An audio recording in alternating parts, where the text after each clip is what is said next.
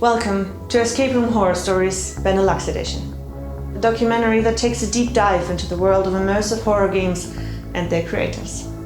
I'm Jana Erbes, a filmmaker and game designer from Germany. Over the past few years, I've developed a deep passion for the horror genre and the unique opportunities it offers to craft immersive and thrilling experiences for players. I've had the pleasure of working on rooms like Es ist zurück, The Dark Forest, and The Asylum of Fear.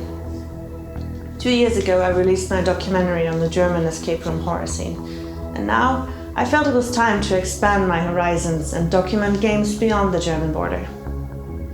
When you think of horror games in Europe, the BeNeLux region might not be the first place that comes to mind. Countries like Greece and Spain are renowned for their mastery of staging terrifying scenes and perfecting the classic jump scare formula. However, the creators in the BeNeLux region have been quietly revolutionizing the genre. Not just in horror, but also by redefining what an escape room can be. In the past 8 months, I've traveled across the region, meeting 3 standout companies whose avant-garde approach and creativity are inspiring to others to follow.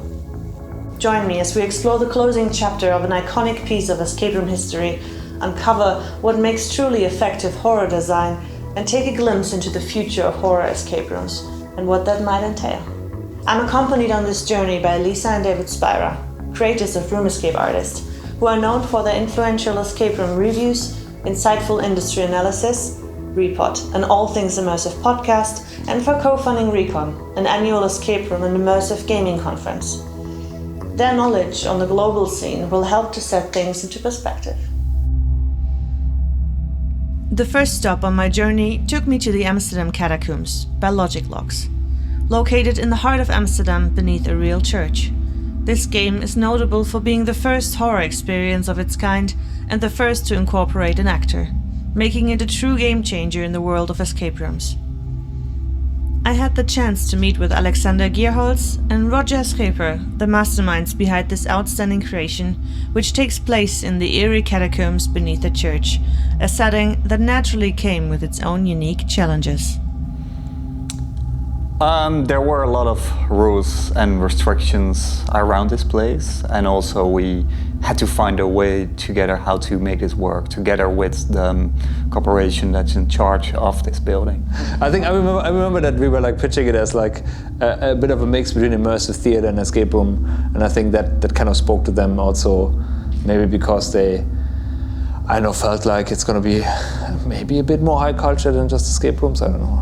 Yeah, and also back then, escape room was still very new and it was booming. So I think in general, people were very enthusiastic about escape rooms. Lisa and David remember their impressions of the game very vividly, especially since venues like these are a rare find in the US escape room market. Catacombs feels like a watershed moment in escape room history. When we first played it, it stood out to us before we even set foot in the game.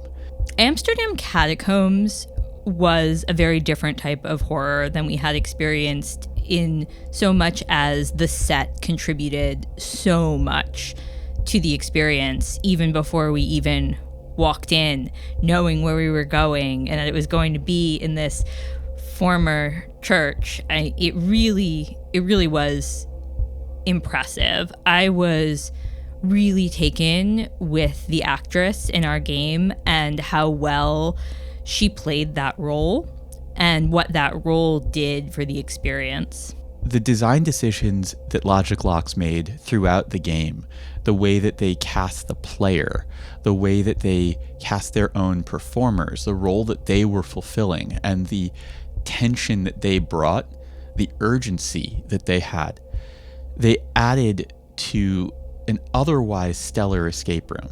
And then all of that built to this dramatic finale that is unforgettable. And it comes together in your mind and your memories as this wild adventure, this thing that shouldn't be. And that's incredible. The game's backstory has evolved over the years, carefully crafted to set the perfect tone for what's to come. Players are introduced to a historian who has been researching the catacombs, but his work has been plagued by paranormal disturbances. One by one, his students have abandoned the project, leaving him in desperate need of brave investigators willing to venture into the catacombs on their own and uncover the truth. So we showed them a map of the whole network of tunnels, pretend this is a really big space, and then slowly they venture into the catacombs, find out about the people who have been living and working here. There was a crypt keeper, he spent most of his time here watching over the dead. There was a nun from the close by nun school who came visiting. So we weave in like a bit of local actual history and then mix it up with some fiction. And there's like a story around this nun getting like a cursed object that eventually kind of impregnates her, and she gives birth to, even though she has been, as she claims, how do you say it, like free of sin, she still becomes pregnant and gives birth to like some demonic child, dies while doing this, and I know, I'm getting spoiler territory. Yeah. So anyway, things go really haywire, and all the characters involved die, and some demon is loose in the catacombs, and the people from the church don't know any better but to just seal the place off and not talk about it anymore. And of course, players opening up, entering it, unleash what has been sealed away and have to deal with it now. But building a game like this was not always the easiest task. At this point in time, Alex was busy developing the Up the Game, one of Europe's first immersive experience and escape room conventions, and Roger was living in Barcelona, where he had his own escape room company to which he had to return to eventually. The developments, we just started. We just started. You just started. I just started. Like, okay, Alex wanted to have a whole plan behind it, which makes total sense, but I also wanted to just get started and start building, and also go back to Barcelona at one point where I was still living. While Alex was working on the plans, I just started building, and basically first the whole framework for all the electronics and stuff that needed to be done, and that was my part. And it kind of grew organically. I think, having access to a space like this, it was obvious that we have to incorporate some of the history of it. Because like an authentic historical place, so it had to be like somewhat connected to history, and it's under a church, so we had to use some kind of Christian mythology, at least to a light extent, you know, so it wouldn't make people too uncomfortable. So the idea of like demons, etc., became pretty clear as well. We knew we wanted to work with actors. We wanted to have like interactions with actors, and so we thought of like what are cool interactions that we want to do in a church, you know, and then it's like the idea of like a haunted space where you have to exorcise came pretty quickly. And then they were like, I don't know, the question of like, how do we incorporate characters here? Because usually catacombs, not so much happening, there's a pretty dead space. But we wanted it to be more lively and have stuff happened here. So then it was like, okay, what characters could possibly have been here? Okay, the crypt keeper makes sense, he works here. Okay, he needs maybe another character, so that's like, hey, nun friends already gets a bit like, oh, what's going on with the crypt keeper and the nun? Is there something going on here? I don't know, like, so yeah, add some mystery to it. And out of this, yeah, then we added the question, okay, what is the horror? What are the horrific elements that can happen that we find scary? And out of this it kind of grew. I mean, the crazy thing about building an escape room is, of course, if you have done it multiple times, you know that the work's not finished when the thing is finished, you know, when it's built, because only then like a big part of the work really starts then, because I remember the first few times that we hosted this game, we were like, this is terrible, this is not working, oh my god, what did we do, you know, I spent so much time on this. And then, of course, very quickly it improves, because then you make all the changes, you know, but like all this like testing and improving and fixing and like, yeah, I mean, that only starts after, when you actually feel like you have already done so much and you're kind of a bit done with it, then still there's this whole other phase. And a lot of times those are the things you expect to be very easy, they turn out to be super complicated and consume a lot of your time. And another way around as well, things you think will be very hard turn out to be very simple. I think there was a very good moment for this game to get immediately quite a lot of attention, because we were also doing the escape room convention here. So a lot of people came from all sorts of places internationally, and then came here also, and then also played this game. So, and started talking about it. So it didn't take a lot of time for the mouth of word to spread, also internationally. And then of course Amsterdam is a city where people come by, you know. So yeah, and there were not a lot of games at that point where people were really actively working with actors. It was also something we have, to that point, haven't really seen ourselves. When people think of standout games in the BeNeLux region, one name immediately comes to mind: Dark Park, and its creator, Gijs Geers. Known for his eerie scenarios and a delightful morbid touch, Gijs has infused each of his games with a unique, chilling atmosphere. As a former entertainer and actor, he has an instinctive understanding of what it takes to give players a truly unforgettable experience. I had the chance to meet him in Zoetermeer to dive into the story of how his hauntingly immersive world came to life. Dark Park started as an escape room company. It was like more than 10 years ago by now. It feels like a different life. That I was trained as a musical theater actor. And I was playing in this musical theater play. I was playing, I don't even remember, in some huge theater. And in the break, I was playing these escape room games on my phone. There were no actual escape rooms, and I was like, whoa, wouldn't this be cool to build in real life? That you could actually step inside a room and the door's closed and you need to solve puzzles to escape. And I explained it to some friends and some family, and they were like, yeah, that could work, that might be a good idea. So I just hired some building, and I bought myself a hammer and a saw, and I started building. We were building the dentist, our first escape room at the time. While I was building the dentist, a friend called me and he said, hey Gijs, that thing you are building there in Delft, it kind of already exists, and it's called Escape Room, and you might want to take a look. And I was like, oh no, fuck. I thought I had this unique, special idea. And I decided not to have a look, because it was, who's now a dear friend of mine, Eric from Mama Bazooka. We all know him from the Dome. And he already built an escape room like a year earlier. So he's the true visionary in the Netherlands. And I decided not to have a look until we almost finished the dentist. And then we were like, okay, let's just go there and see what an escape room is, and if what we have built is an escape room. And amazingly, and that's the story of me and Eric, we are like very different, but we are also very the same. So sometimes when he comes up with something, I'm working on the same thing. And it happens at the same time for the past 10 years, several times.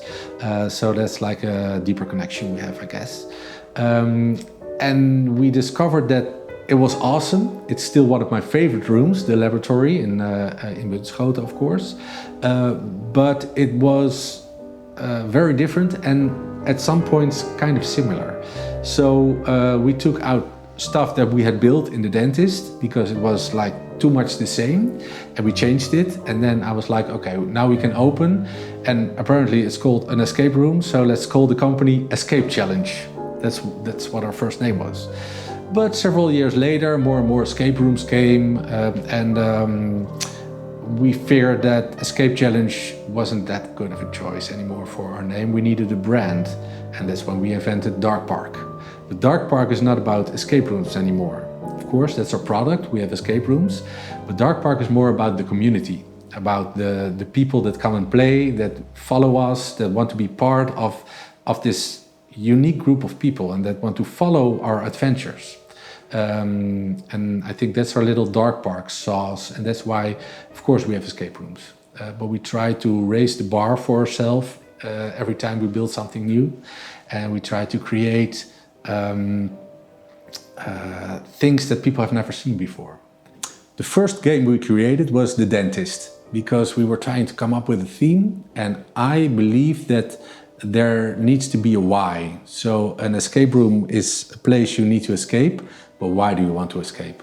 Because there is, if it's a cozy place and it's nice and there's music and you're enjoying yourself, why would you escape?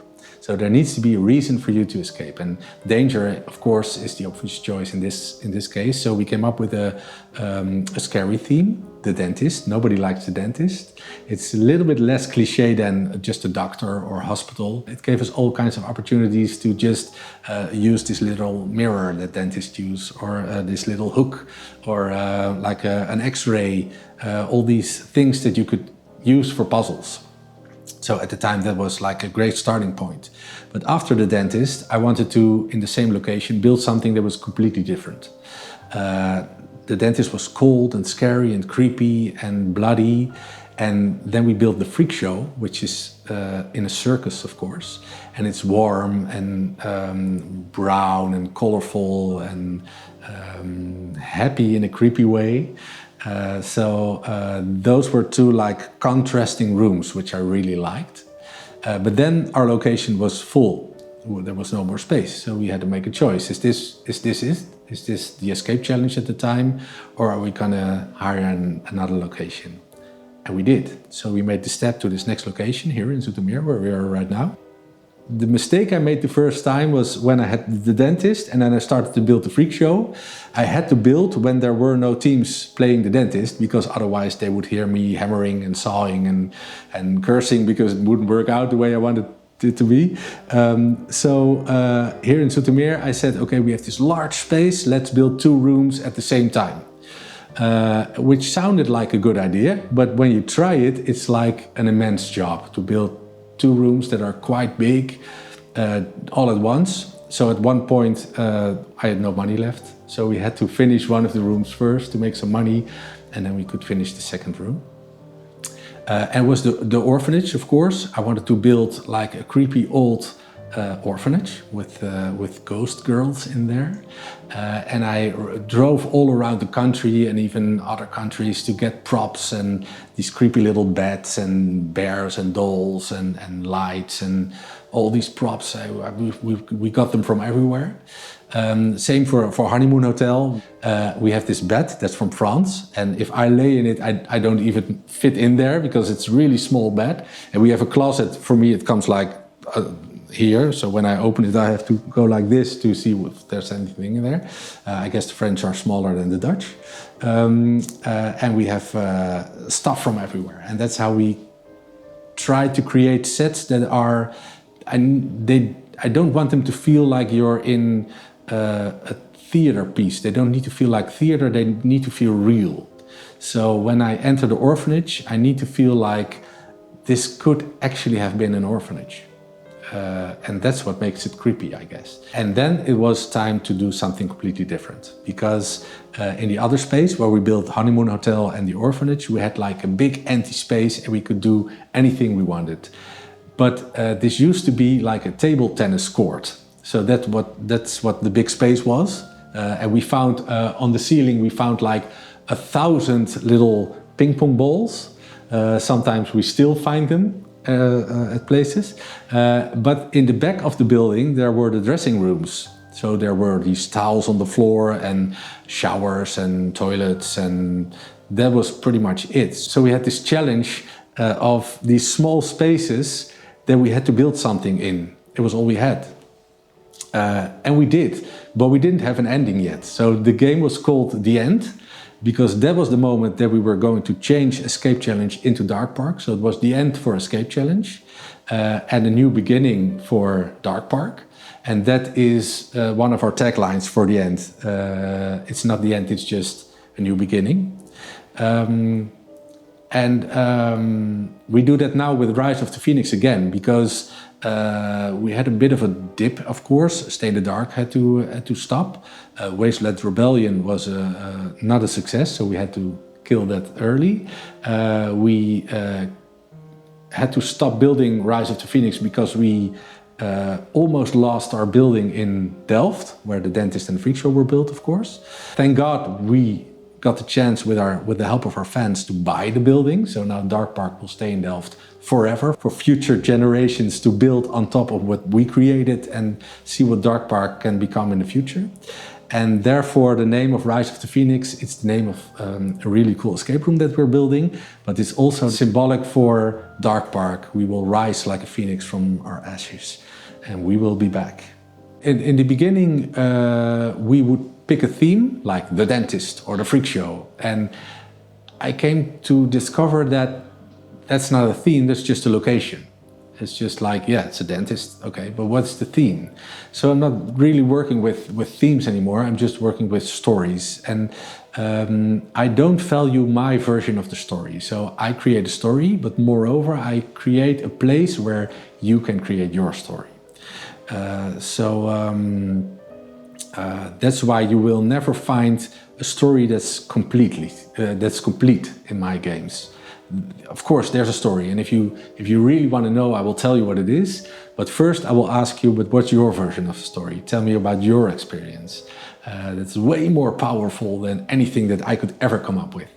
And Rise of the Phoenix will be a place where you can explore, where you can feel emotions like fear, of course, but also sadness, joy, happiness. There will be some humor in there.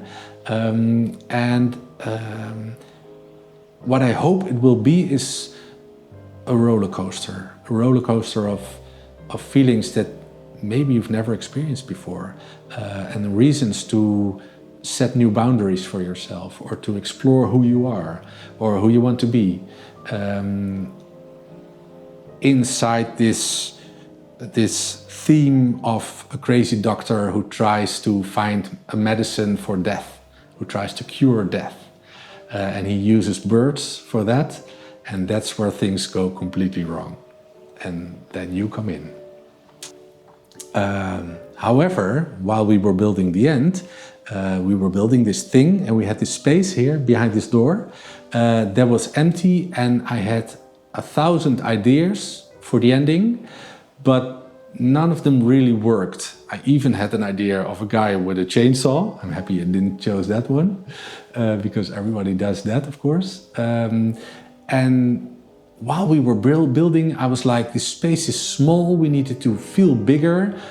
Let's use mirrors. And if we use mirrors, what could we do with that? Can we make this space feel like way bigger? And that's when the idea came for the ending of the end, that everybody of course loves, and that makes the story click while you play the game. It's like, what is this place? What are we even doing here? And then in the ending, it all falls into place, and you're like, whoa, this is something else. For those of you who are listeners of Report, an all things immersive podcast with David Spira and his co-host PG Law, you might have heard the story about how exactly this ending turned out to be the way it is today. David and Lisa, however, are frequent guests in the Darkverse. I've been very public about being an unapologetic Dark Park fanboy. I fell in love with their games the second we started playing them. We had no idea what this company was, what they were about. We just had heard they were worth checking out. And that was an understatement. The level of output that they have made so many different games, and they are all of stellar quality. Each one has a distinctive presence, a voice, a narrative that we experienced. The level of attention to detail brought by the Dark Park team is something that I am constantly enjoying, and also sad for me that it's so far away from where I live. But it is so worth it every single time I have the chance to travel across an ocean to play their games. I never turn down the opportunity. I think what is strong in all of their games is that they have always very strong theatrical moments. Like from the very first game, like The Dentist, in the beginning it has this like very fun, very great moment before the game even starts. And they really stick with me. And I think he creates this really dramatic theatrical games where the puzzles are well produced and they flow and they are smart. But they are just like sort of like the grease that makes you flow from one nice theatrical moment to another one. And yeah, altogether they create this nice horror spectacle. And then I like that there's also like a sprinkle of humor. in many of those, and that really works for me. It seems like almost everyone I talk to who has played his games has more than one memory of a specific moment that they will never forget. But what is it that gives these rooms such a specific character? For me, the most important question is always why. Why do we want to escape? But also, why are we even going inside this building? If this is like an abandoned orphanage, why go inside? And you know there are ghost girls in there. I wouldn't go inside or stay in the dark. Like there's a killer on the loose. Let's go home and have some fun watching a movie and not go put our lives on the line and entering this building. So when I create a game, I always try to find a reason for everything. So why enter the space? Why push that button? Why would I enter the next space and not turn around after all? Why would I start talking to a character? And of course, it's you creating the story, but I need to have all the answers, because if you ask me afterwards, I won't answer them because I will ask you for your version of the story. But the answers need to be there. I cannot just say, well, I don't know, I just created something and now it's your problem. It needs to fit, of course. And the story fits, you will feel that. And that will give you the opportunity to start experiencing things. You will notice if things aren't right. So if this would be like not real and plastic and it looks nice, but when you touch it, it doesn't feel right, then it feels like you're in this movie set and not in a real world. I believe we were the first ones in the Netherlands who hired a composer to create a special soundtrack for the escape room, because I wanted the music to follow the experience that people have during the game and not just use some movie soundtrack or something. And I think that changed the game for us because we could shape your experience by using music that we created. Later on, we learned to play with light and theater lighting, film lighting, and create a complete package. And now the last few years, I think since Stay in the Dark, actually, we've been starting to build the Darkverse. And the Darkverse is this universe where all the Dark Park stories live. And sometimes they come together and sometimes they don't, but they're all existing in the same universe. We keep building onto that. It's not like I see the Darkverse as a donut. So a donut is like a round shape with a hole inside, and no matter where you enter it, you can always step into an adventure. You can enter at any specific space into the Darkverse and you will understand the story and you will create your own story, and you can leave at any place and at any time, and then you can enter on a different place and you just keep expanding your view of the Darkverse, because the Darkverse is not what I create, the Darkverse is what you create. It's your story, and I see it as my job to enable you to create your own story.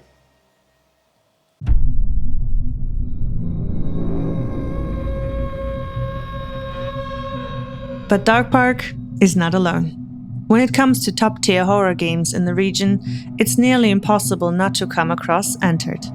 Their game, I Can Hear You, which unfortunately had to close too soon, and their current game, Demise of the Gricers, have made a huge impact on the industry. Their innovative work not only inspired other companies to elevate their designs, but also sparked a larger conversation about what truly defines an escape room. I had the pleasure of meeting the owners Tim Waderwinkel and Jeroen van Hasselt in As, Belgium, the home of Demise of the Gricers. Jeroen's background as a video game designer and Tim's knowledge as an event manager turned out to be the ideal combination to tackle such bold ideas. The way I met Tim is that he hired a company called Gloedraad, and I worked for Gloedraad back then. And Tim actually, in his place where he lives, Mazeik, he came across an abandoned huge hospital, yeah. Yeah. And I don't know how you found it. You should tell that part of the story. Yeah, it was like they're gonna build a new hospital over there, and that old hospital became empty, and they were looking for some people who want to do something over there. There were some people who are gonna live there. People who are gonna do their business over there. Yeah, and I thought, yeah, maybe we can build our own escape room. But yeah, after that, it was not an escape room. We want to build something else. Tim, he came to us and he said, yeah, I'm interested in building an escape room. He's quite handy, I can do some stuff, but yeah, I'd like to hire some expertise. And we was like, okay, cool, what do you have in mind? What space do you have? And he said, yeah, well, come and check. And it was this huge abandoned hospital. Like, we're not gonna put this full of an escape room. Like, this is an opportunity to do something bigger and different because there's also so much space. And they said, okay, let's try to make a horror game inside this hospital. And that's when we first worked together, actually. After the success of I Can Hear You, the duo decided to officially join forces, with Jeroen buying into Tim's company, Entered. On their website, they described their collaboration as a ship setting sail towards exciting new projects. If it's a ship, I'm the person that does to make sure, like, hey, what's the direction the ship is going towards? What is what's the vision for the ship? What we're gonna need for the ship? And Tim is the person that that actually steers the ship and sails the ship and makes sure the ship is repaired and works and properly operates well enough. That is kind of our division. Sometimes, obviously, we have to step in for both these roles, but that's a good metaphor for our collaboration up until this point, mostly. Yeah.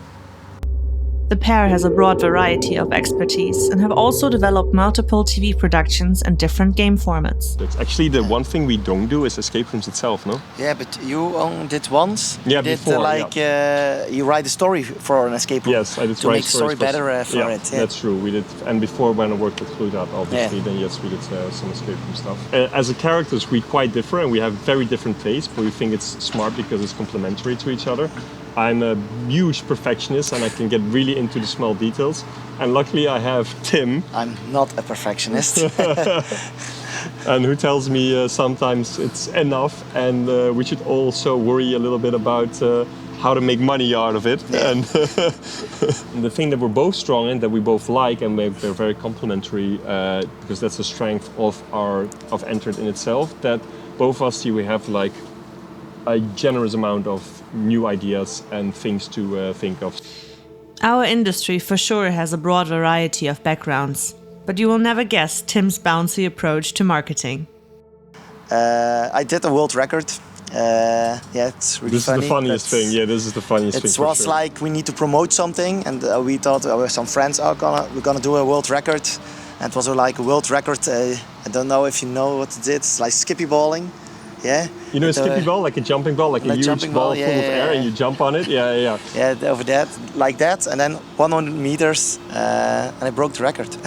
You attempted to achieve the world record, skippy balling in the fast time 100 meters. Yeah, but that was. Can you see how funny it was to work with this guy? But it was the best promotion for our event and what we need to promote. So yeah. But before I Can Hear You even opened, Jeroen, who initially came from the video game industry, wanted to go more into the direction of real-life games. To be precise, real-life horror games. So when Tim approached him, he already had an idea in mind to create something truly unique. We came with this game mechanic, and I'm not going to spoil it completely, but let's say sound was very important. Not just the sound or the music that I'm talking about, but the sound that everything, you as a player or the surroundings or whatever, makes. I think it already says a bit in the title, right? I can hear you. So this was a game mechanic people had to learn, and we had this tutorial, like in a video game, where people really had to grasp, okay, how do I play this game? And this was one of the most beautiful sequences in that game, because literally you could not progress until you knew how to play the game and how to interact with the actor. And this was, for most people, even the scariest part. And we kind of got a bit of a reputation for this game. We still had a different mindset of how we should operate a game. I come from a standpoint where I really loved these difficult games, and you have to earn your progress, you have to earn Like if you didn't do it yourself, then you didn't earn. We had no hint system. For me, at that point in time, I thought a hint system is just weak design. It just means that you didn't do a good enough job as a designer if you needed a hint system because it didn't work, Because that was because I came from the video game school. And there's obviously one big difference in terms of video game and a real life game, not per se the digital aspect, but another big difference. And that's that you can play a video game in your own time, and you can take as long as you want. People in here, they had a game, like a time slot, and they only had 2 hours to finish the game, and that was that. And if they hadn't progressed far enough, that was that. They ended, of course, we had a cool escape, they had a cool sequence to end it, but our game was quite renowned for people not getting far, and it was even it got worse in that sense that other aspects of the game got better. Like, for example, our actors, when they grew into the role, they became more scary and scarier and even more scary. And then, this frightened the players so much that their progression went to a halt. Like at some points it became very rare that over a single weekend with 10 games or so, we already applaud, how many people finished the game? And they said one did. So that was definitely a different approach, but also we had very, very, very little overlap with the escape room industry. Back then I was fully on IKE, I was doing other real life horror games. I wanted more like this. This was huge for us. It was a big success. It was completely sold out in its first year. People were coming from afar. We had a lot of people who love video games. We did some marketing, and we really tapped into that target audience that loves horror video games, and this was huge, and people came to play that. But not so much the escape room industry yet. This was, for us, it was quite new. Of course, we had some escape room players, and some people whispered it about, but we were not on the escape room review websites. We didn't brand it as an escape room. I still feel it had some escape room-ish elements in there. I mean, there were a few light puzzles kind of in it. But the most important thing is they did make sense into the narrative, into the story about what you were doing. That was the first time we worked with, I think especially in the time, especially in the BeNeLux, that we worked with an actor in this way. We did this type of game with, the changing music, setting these moods, these faces, but also having a bit of an open structure in terms of the gameplay. That to us was an eye-opener, maybe in our next game, we really should strive to make it even more open world. And of course, that's something you can see as a big influence for Demise of the Gricers. Anyone who asked me in the last 1.5 years to what my favorite game is, the answer has always been Demise of the Gricers. From a designer's point of view, I was speechless after my first playthrough. I felt it was pushing boundaries and would inspire more creatives like me to think further. And it was what pushed me over the edge to create this documentary. Our industry is too young to have such hard definitions of what can be an escape room and what can't be, simply because the name does not fit the product anymore. So let's take a deeper look into what this game actually is and how it can push the boundaries even further. Demise of the Gricers is our current real-life horror game that is still operating, and that's probably the most boring way to introduce Demise of the Gricers. But anyway, right. So Demise of the Gricers is a game that is an open world kind of game.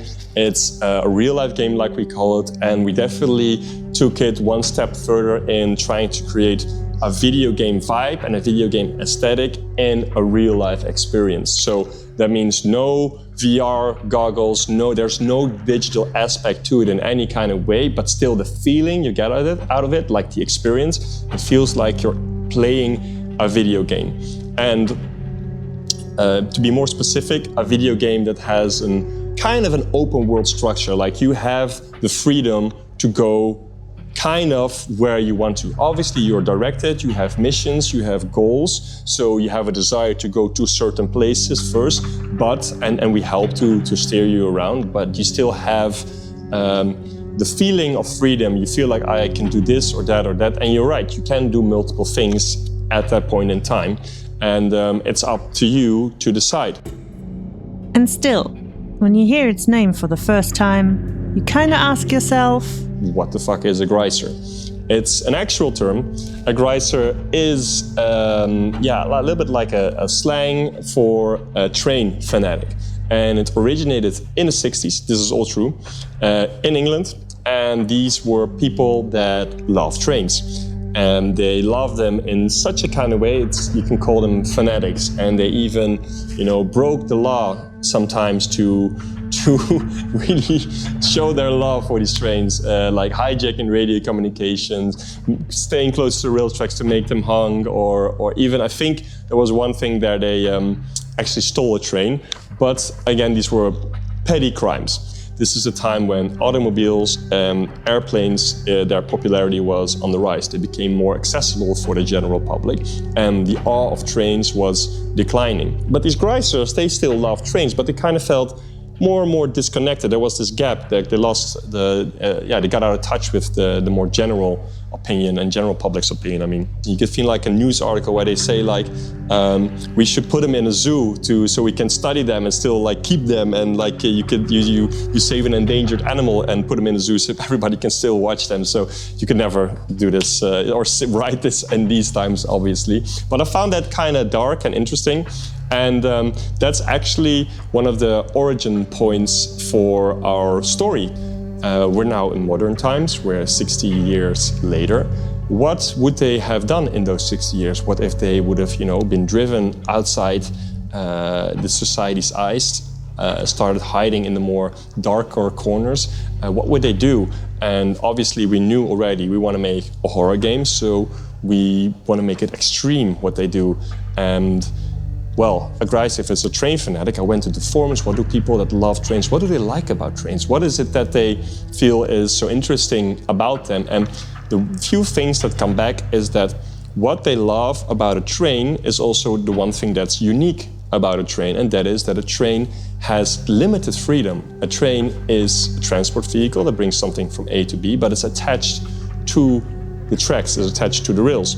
And a car and a plane, they're free to move. And we thought, okay, that's interesting, that we should do something about it. It's still very abstract, but we should do something with this. But also in the story, like, okay, if they love trains so much, how can we show this? Like, we make it a cult, we can make them worship trains, we can go to the very extremes. How would a cult behave? What would they do? What do they like about trains? Well, if I look on the forum of people who like trains, what they do the most is build railway lines and similar kind of things, and they love the predictability about it. And it's still fun because they're not hurting people. But what if you take it so extreme and you make it so extreme, so fanatic that it's actually what they're doing is definitely trespassing your lives, or definitely not okay anymore. It's definitely something you would hide from the public eye. And I felt, okay, if you truly believe that a train is like the most important thing, you take it to the very, very extreme and believe that trains are actually superior to anything else, then if the train comes before other stuff, then it becomes interesting. You will explore a little bit in this world of the Grice as well, that they think like, okay, the trains, they're the most superior thing above anything else. And that probably gives a little of a hint, like, okay, how can you make a train fanatic a scary thing? But I guess that was a long build-up to get there. And then you ask yourself, how did they even get this venue? And how did they move the trains? So how it started is it's a fun story. It's probably a bit unusual because the people from the municipality of As, where the Demise of the Gricer is based, they played our previous game, I Can Hear You. And they loved it. And they simply came up to us like, hey, we have this hangar that's completely empty. And can you build that game there as well? And we're like, yeah, we can, but why would we build the same game? Because it's very nearby, and also we'd rather build something unique. And you have these trains, like do something different. And they were all up for it. They gave us complete freedom. So that was definitely a super nice thing. And we came across and we have this mostly empty hangar. There was some cool stuff in it. There was already one of the, like a locomotive in it. but we were allowed to drive in the wagons and trains inside from that already outside on the terrain. And actually this locomotive that I'm sitting on was used by Tim and an actual Gricer, like an actual train machinist, to drive in all the other trains, like the one next to me that was outside. It was driven inside with this one locomotive. And that's cool, but then you don't have a game. But everything we built, like from the set, the wall to up the second floor, was built by us over this time span of 3 years. Having such a grand playground, Jeroen was able to use his knowledge of creating video games in a very unusual way. The thing that strikes me most about Demise of the Grisers is that they made a Metroidvania real. They made a genre of video games that I grew up loving, where the challenge and the puzzle was less about battling the villains and more, or even solving individual puzzles, and more about understanding the space that you're in and learning how to move through it with fluidity and learning how to open up new access paths.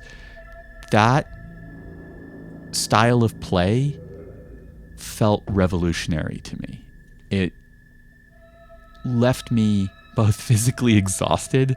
I don't think I have worked as hard physically in something as I did for my 4 hours in Gricer's as I have in anything in years. And this design had a long way coming and was very well thought out. The challenge of creating a game that would not only be around trains, but also have the aspect of it, led to its unique mechanic, which I will not spoil for anyone who still wants to play. So we want to build a horror game, but we also want to do a different flavor of horror than I Can Hear You. I Can Hear You was very terror, very in your face, was continuous like this. And here we wanted to slowly build it up, really create this world and this mystery you're stepping into. But the main emotion is apprehension that describes the single emotion that we want to use centrally for this experience. And apprehension means to feel nervous or anxiety about something unpleasant that potentially might happen in the future. You can feel it if you play the game. I won't spoil the game mechanic, but it forces you like, oh shit, I don't want this to happen, so I have to do something. And if I fail, like shit, now you have another chance. Now something worse might happen, but you still can do something about it, but you have to do something different now. And then if you fail that, even something worse might happen, and that builds up, and that's the apprehension. We really wanted to make sure that this experience revolves around. One of the key elements of the game is a unique piece of tech that helps the player to dive deeper into the world of a train-worshipping cult. So, okay, that's the unique thing about train. We should do something with that. We should look into that aspect and revolve the gameplay around this thing. We had many ideas, and then we prototyped something, and it was very bare bones, very paper prototypey, but it was fun. Afterwards, people wanted to play again. They wanted to do more of it, and it barely worked, and it's like we had to fake so many things to pretend like the consequence and everything, but it was fun. And this was, if we didn't have this initial spark that this was cool, we probably would never have built it, because the road after that followed, and this may be an interesting part, that was a road full of headaches to, and then finally make it foolproof, robust, working all the time, coming up with it. That was a very long road full of headaches, and took us about 13 prototypes further to finally have the version of the tech that that works and is in the game now, and finally works like almost foolproof all the time. So that's yeah. This is what we call the track sleeve, used to navigate the tracks. It's not the full kit because we want to not spoil everything immediately, but what happens immediately is when you have this tech which you can use and you can do multiple things with, it already feels kind of cool. You feel different. You feel like, okay, this is something, what are we going to use it for? It had some mystery, but it also makes you feel kind of like, okay, we're really getting into this video game kind of style. It really enhances that feeling of being in a video game. But it also helps you to interact with the game and its systems. And depending on what you do as a player inside the game, this little thing stores the data. And depending on what you do, will change or update your mission. One thing that we found interesting is because we created this world and immediately we came upon a challenge. And because we have this open world and we wanted to create multiple events, we really wanted to make it feel big, but we also wanted to make sure that people explore different parts because it's cool and then come back and maybe one person had a very cool personal intimate moment that only this player experienced, and it's cool when this person comes back and tells about it and shares it, so we would love that.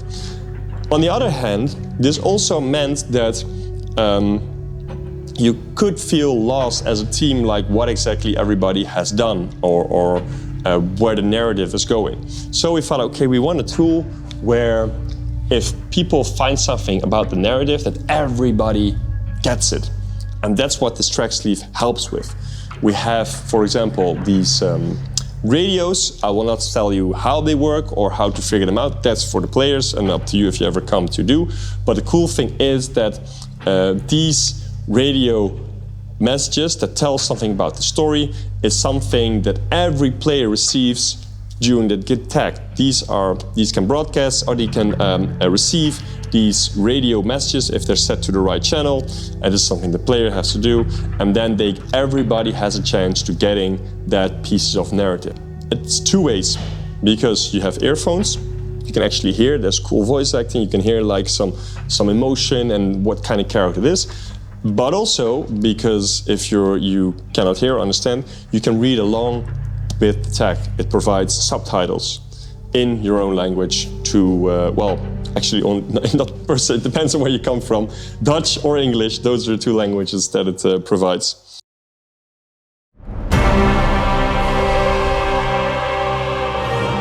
One of the Netherlands' most iconic horror games is undoubtedly Stay in the Dark by Dark Park.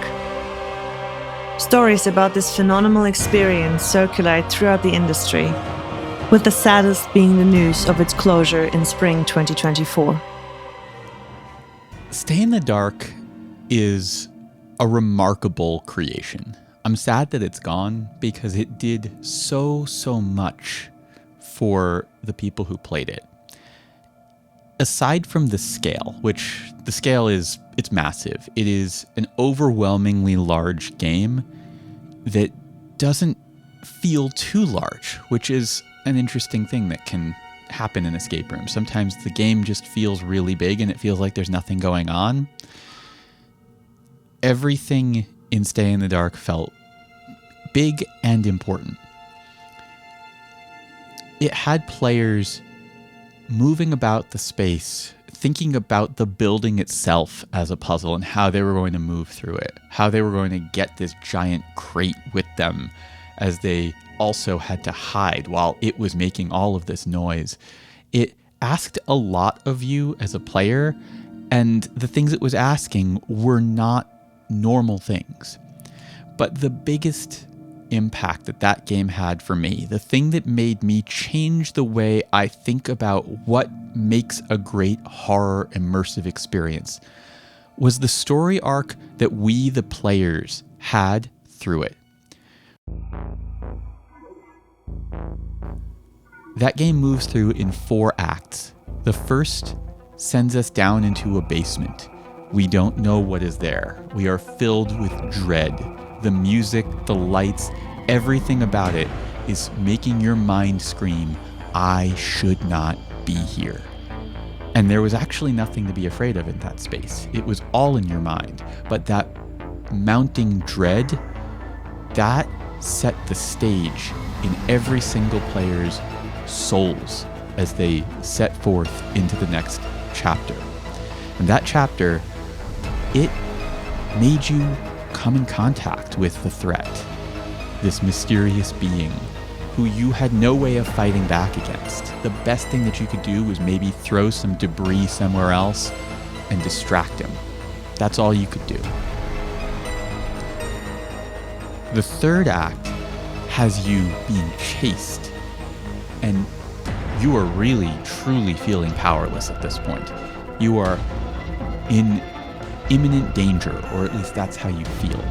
You feel the threat because the threat is bearing down on you. And then that final act is the thing that most horror escape rooms are missing. You get your power back. You learn how to confront this evil. You learn how to take control of the situation and actively defeat them. And I think that that arc that we went on, that's our story as players. And that is the piece that Stay in the Dark has added to horror escape rooms. That notion that the players can have a full hero's journey, that they can go and they can push back on and defeat this evil. It left us feeling powerful. And I think that's really special in horror experiences, where normally you leave thinking about the dread.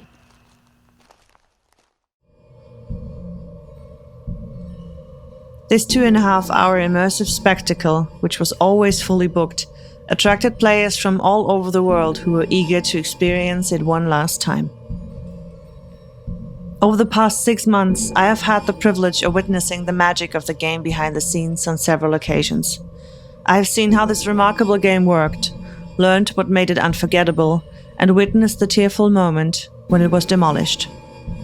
But before we talk about its end, let's take a look at how this extraordinary game was brought to life by none other than Gijs Geers.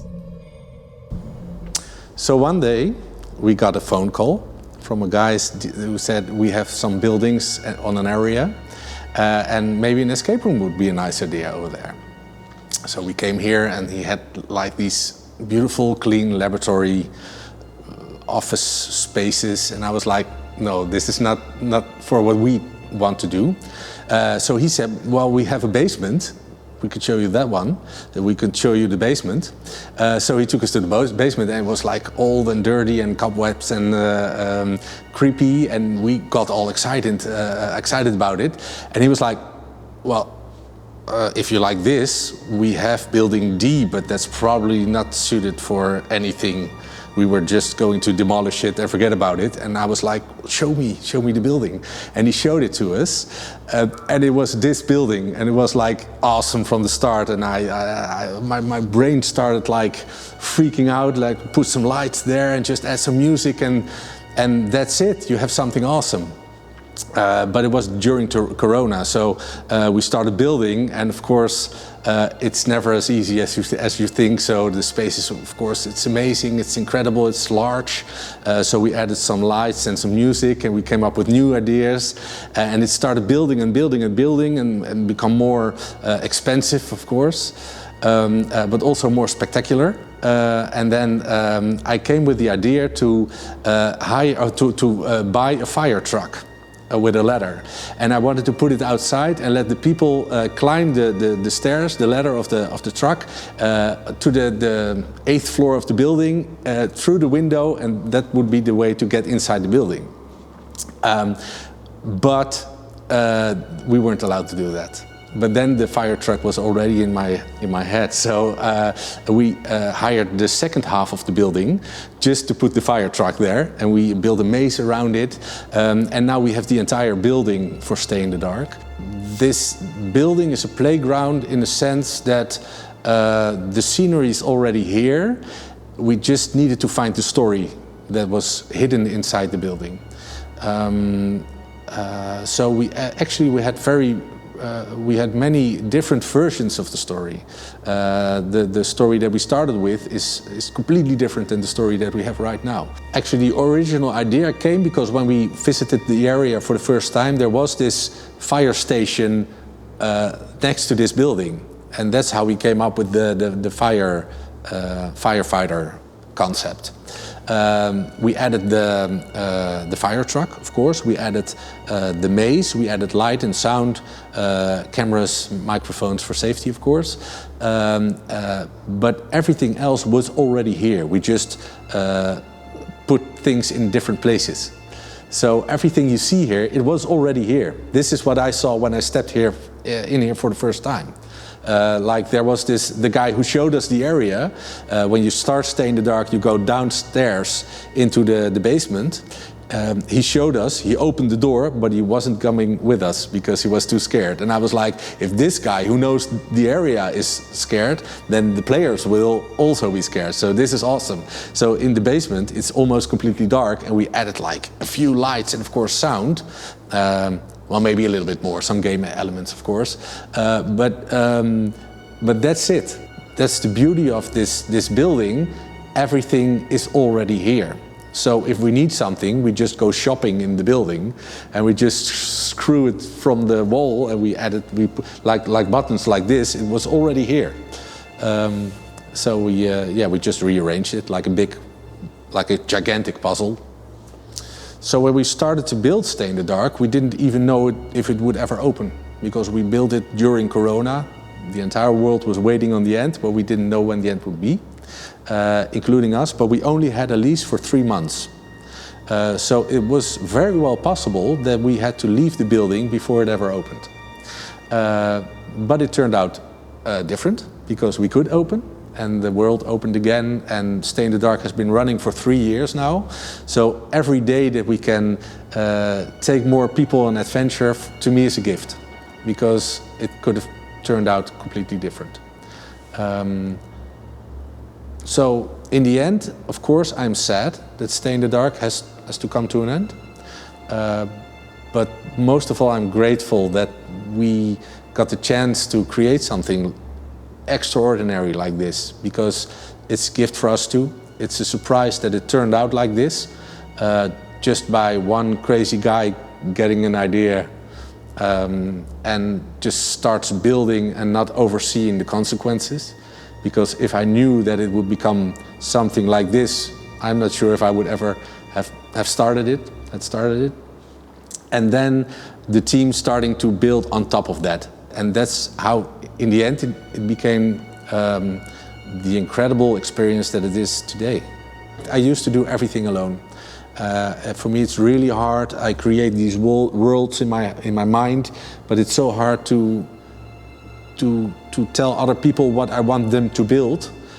So I usually do it myself. And in this project, they started to crawl in my mind and try to grasp what I was seeing, adding on to that, and we did it. We really did it together, and that's one of the most amazing feelings that I will remember from this project. Plus all the people who wrote us and emailed us and wrote reviews and were saying like, this is the most incredible experience in my life. Thank you.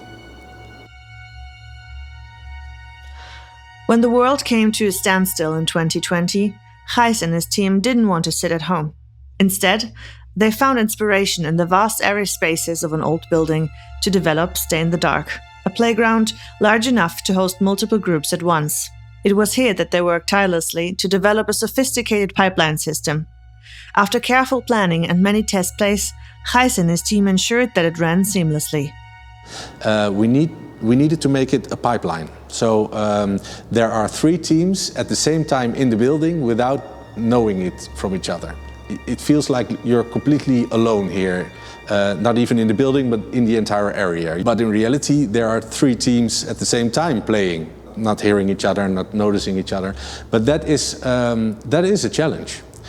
Because if you have a really fast team and a really slow team, they run into each other. So we had to create all these mechanics to slow down some teams or to push some teams forward. We have several actors at the same time joining the groups, and we have one game leader who's in the control room, and he or she is in contact with everyone running the show. Everything is happening at the same time in different places, and they just say, okay, you go there now, and now it's your turn, and you can go get the new group, and wait a little bit because you're going to run into the next group.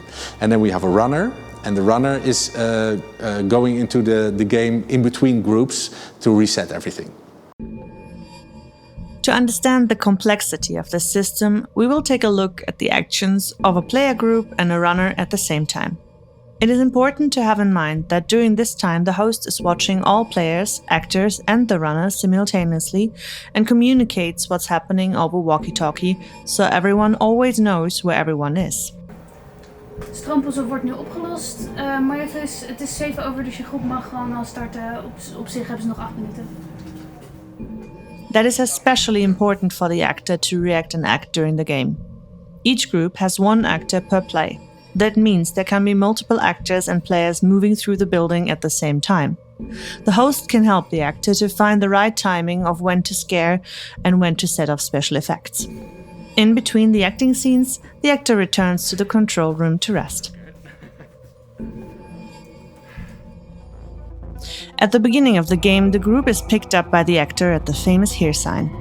After a short introduction of his role as the groundkeeper, he brings them to the briefing area, where he explains the premise of the game, helps the group to put away their belongings, and makes them sign a waiver, all in character and to set the mood of what's about to come. Soon after, the group enters the basement, where their adventure begins. It is then when they first enter the dark, learn the rules of the game and start to play, all in search for a code that opens a door to their doom. This phase ends with the group exiting the basement and moving up 2 levels by taking the emergency stairs located at the outside of the building, only to find themselves in an abandoned laboratory. At least, that's how it seems. This is when the runner enters the basement to reset the area, while the group has its first encounter with the Scorcherer and practices the mechanics of the game for the very first time. During the player's desperate attempt to hide away from the Scorcherer, the runner moves on to resetting the maze that was just played by the previous group and continues to clean up the debriefing area. Once the runner is done with the last chore, they position themselves in the stairwell and wait for the players to move on. The player's mission, however, is to open a big chest on wheels, which is locked by 3 locks, whose keys are chained to the wall in various places in the laboratory. All that without being noticed by the blind but certainly not deaf Scorcherer. As soon as this mission is successful, they enter the newspaper room. This is the signal for the runner to enter the laboratory through the stairwell and hide away while the group is busy with a different task. Once the group moves on into the stairwell to enter the next phase, the runner starts resetting the laboratory, then waits for a clear signal before exiting through the same stairwell. Then the group enters the electrical hallway and walks right up into the trap of their killer. One player presses a single button, which then gives a go for a thrilling entrance of the Scorcherer and a relentless chase through a maze that surrounds a huge fire truck. Meanwhile, the runner enters and resets the finale from the group before and has a short window of time for solving any other issues that might have occurred. Shortly before the group exits the maze with the help of the ladder of the fire truck and enters the first floor of the building, unknowingly passing the control room, the runner returns to the basement.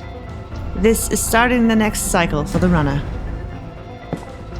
The players now learn the plot twist of the story and in a vicious game of hide, seek and distraction, find a way to murder the Scorcherer in one of the most spectacular ways in escape room history. In the game, players navigate through 4 levels within the building, covering over 500 square meters of space. To fully appreciate the scale and uniqueness of the Stay-in-the-Dark building, I asked Gijs for a tour to get a true sense of just how impressive the space really is. So this is the building where Stay-in-the-Dark is playing. There's actually one of the actors coming to work. So in the dark first, there's a small part for the end in Stay-in-the-Dark. So the end is actually everywhere. The part that you see in the escape room, the end is only a small part, but it's also here and it's everywhere. We don't know where it is, but it's everywhere.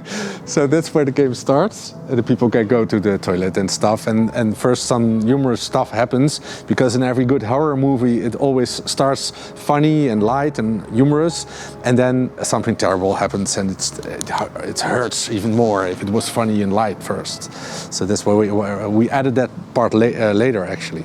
One of the first versions of the game, we had this fire truck, of course, and I wanted, because this is the finale, this is where the game ends, and I wanted the actor to change clothes into a cop, and I wanted to add a big American police car outside, and then the door would open and he would like, come out, come out, come out.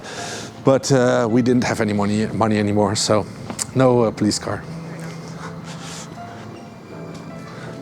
So we found this old marble stone here in the storage, and we made a gravestone out of it. Actually, during the game, people they first enter the basement and then they come out through that door, and then they are outside all of a sudden, and they are like, "What the fuck? Am I outside? Is this the end of the game already?"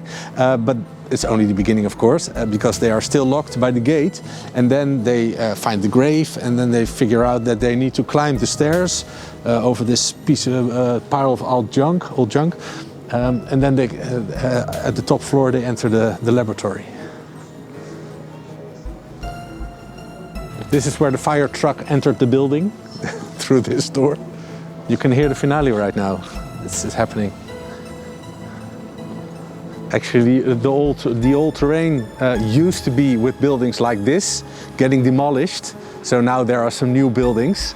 But in the beginning it was even cooler when you would just walk here outside in the dark, and it would really feel deserted. But the building is only one part of the game. Its other strong suit is the bold mechanic that intertwines riddle solving with player interaction.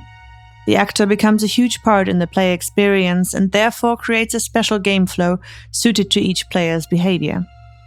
To me, this not only pushes the boundaries of our industry, but also shows how much we can still grow on a creative level and how important it is to look everywhere for inspiration. I got inspired a few years ago, maybe before Corona, in Las Vegas. I played a game with a blind actor. And I was there with my girlfriend in this tiny space with this actor, and he couldn't see us, so we had to move along the walls and be really silent. And that was such an extraordinary experience that always stayed somewhere in my mind. And then when we found this building, I was like, we should do something with a blind actor chasing you. But I personally do not really like horror. Dark Park has this stamp of horror escape rooms. I disagree. I think we create scary escape rooms, but not horror escape rooms. It's scary in a fun way. And Stay in the Dark is our most horror-like game so far. I do agree. So what separates Stay in the Dark from other horror games is that you have highs and lows. There are rest points in the game where you know I'm safe now. I can just take a breath and then solve a puzzle maybe, and then we go again. So it's scary, but it's manageable. And it's not like you don't get exhausted because it just keeps coming and coming. I kind of like that sometimes, but what I like most at Stay in the Dark is that it's not that kind of game. It's more of a story being the main character in a movie kind of game. Creating a game like Stay in the Dark is awesome, but it also comes with challenges. You need to keep everybody safe. And that's particularly hard in an escape room because people get inside this different modus where they just do stupid stuff sometimes, like jump from a balcony. Why would you ever jump from a balcony? Well, here they do it. And there are like a lot of dangerous things inside this building. So we had to put a lot of effort in keeping it safe for the players and for the actors. And I think we managed that, but that's also very stressful. However, recently I came up with this awesome new idea that I just need to build. So if there comes a building that this idea fits in, I will definitely build something like this again. But we need to find a way to make it work, to make it affordable, because expectations from players and from ourselves keep growing, but the budgets cannot grow anymore. So we need to find ways to make things like this possible. But before we take a look into the future and what kind of impressive new projects are ahead, let's talk about the BeNeLux region and how this area came to be, especially in this slightly darker genre.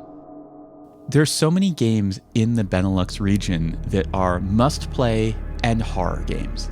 It's not like there's just one game that people tend to go to play.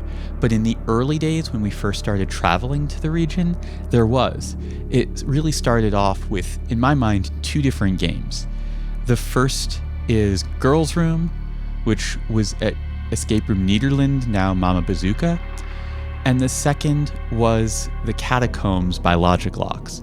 Those two games, for me, kind of started to define these two different genres of psychological horror and religious horror that we have come to expect and enjoy throughout BeNeLux. But those two games feel like they are the roots that so many others have emerged from. I agree. When looking at how all of this started, the Amsterdam catacombs really feels like a piece of escape room history.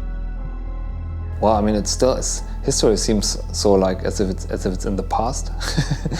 It's still very present to me. I mean, that's cool. Of course, it's not so much for me to evaluate of how much other people were inspired by this, but like it's very cool to hear when people say they were inspired by this. And of course, we're all building on each other. You know, like every new experience that someone makes inspires someone else, and we're continuously trying to enrich what everyone is doing. You know, so I'm not thinking so much about like actually what this might have done to other owners. I don't know, but it's cool. You say that as a case. I mean, it's cool. Yeah. And I believe that Alex is a visionary in our field. I think the way he approaches the industry is so unique and so him that every time I hear him speak, I just want to listen about his angles and the way he views things, and it's so inspiring. Amsterdam Catacombs, that was like, of course, mind-blowing. He was the first in this field to do something with an actor that way, that you had to play hide and seek and putting people in tight spaces and scare them in this old church kind of area underneath this church. It was awesome. The third piece of the puzzle here really was Dark Park, which used to be Escape Room Challenge. The games that Dark Park started putting out were kind of low-key in an interesting way, but just built this palpable tension. And they create these atmospheres that are kind of addicting. And I think that when you throw that into the mix, that is what I expect and love when I go to play in BeNeLux. The BeNeLux region excels in several areas, particularly in quality, diversity, and most importantly, the bold and unique concepts that define many of its most successful experiences. The creative decisions and distinctive ambience of those rooms are truly exceptional, offering a partial experience that is difficult to find elsewhere in the world. Yeah, I mean, I think it's small, but very high quality.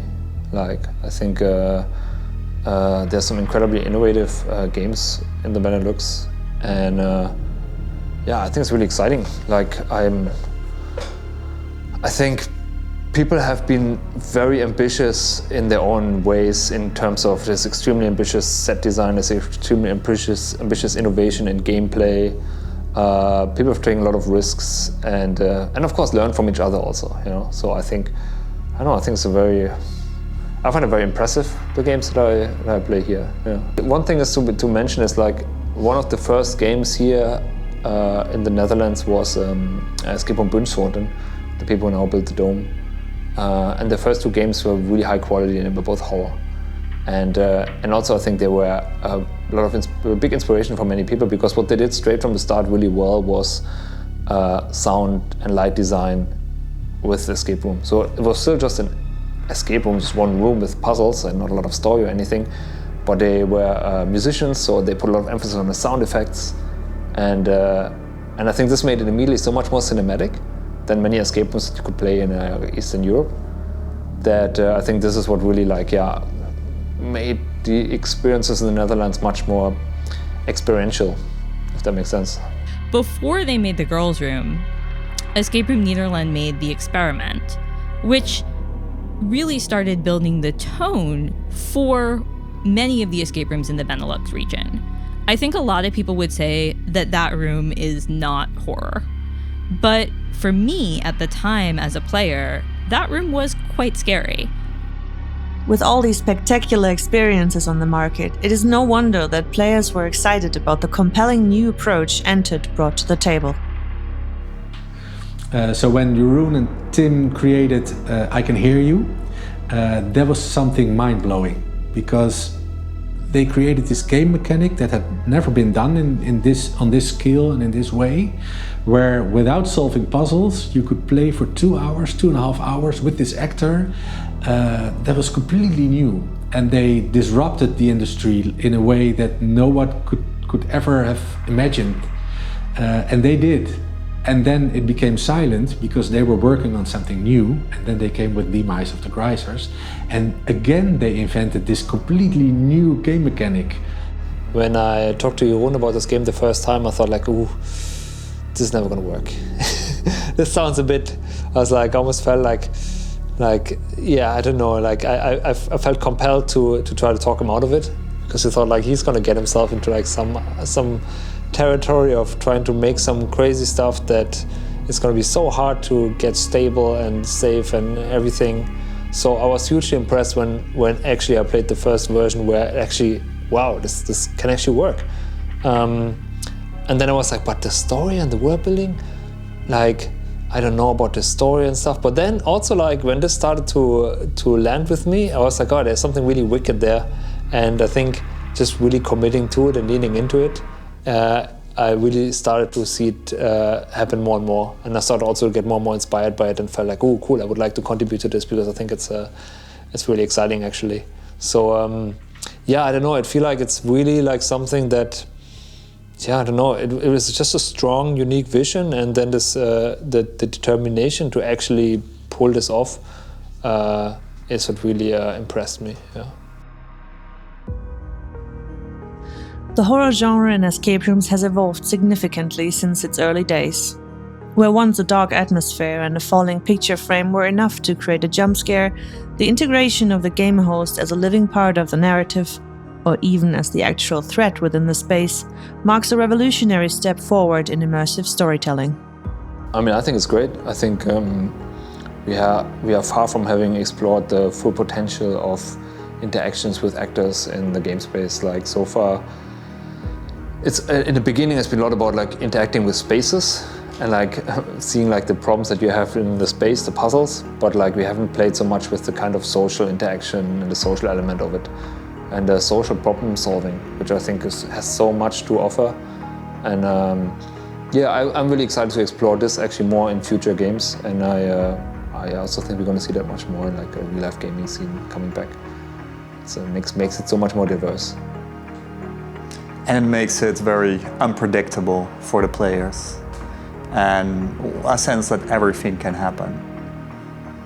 Yeah, that's so. I think it's very powerful.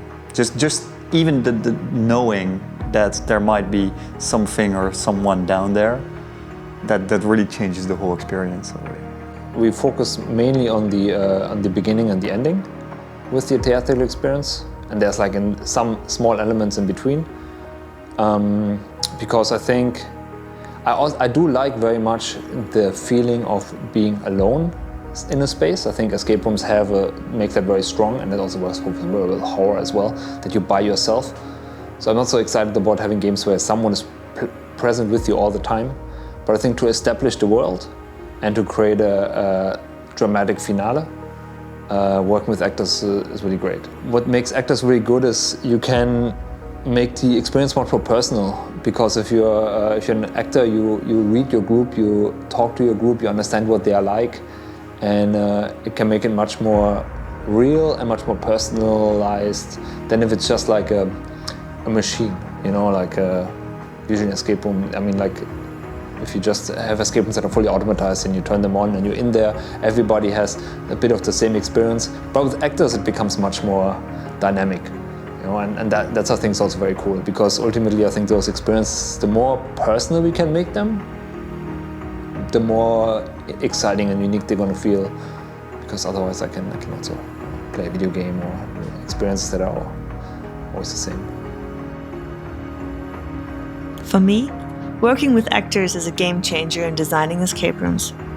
Anything that creates a more personal and immersive experience is invaluable, and nothing is more personal than a one-on-one interaction. This approach enhances the emotional connections players develop with the game, heightening key elements of the experience. In the horror genre, for example, the antagonist becomes a real living nightmare, triggering genuine fear. However, the role of the actors must evolve alongside the game themselves. Simply being a good game master is no longer enough. The interaction with the player has become far more intense.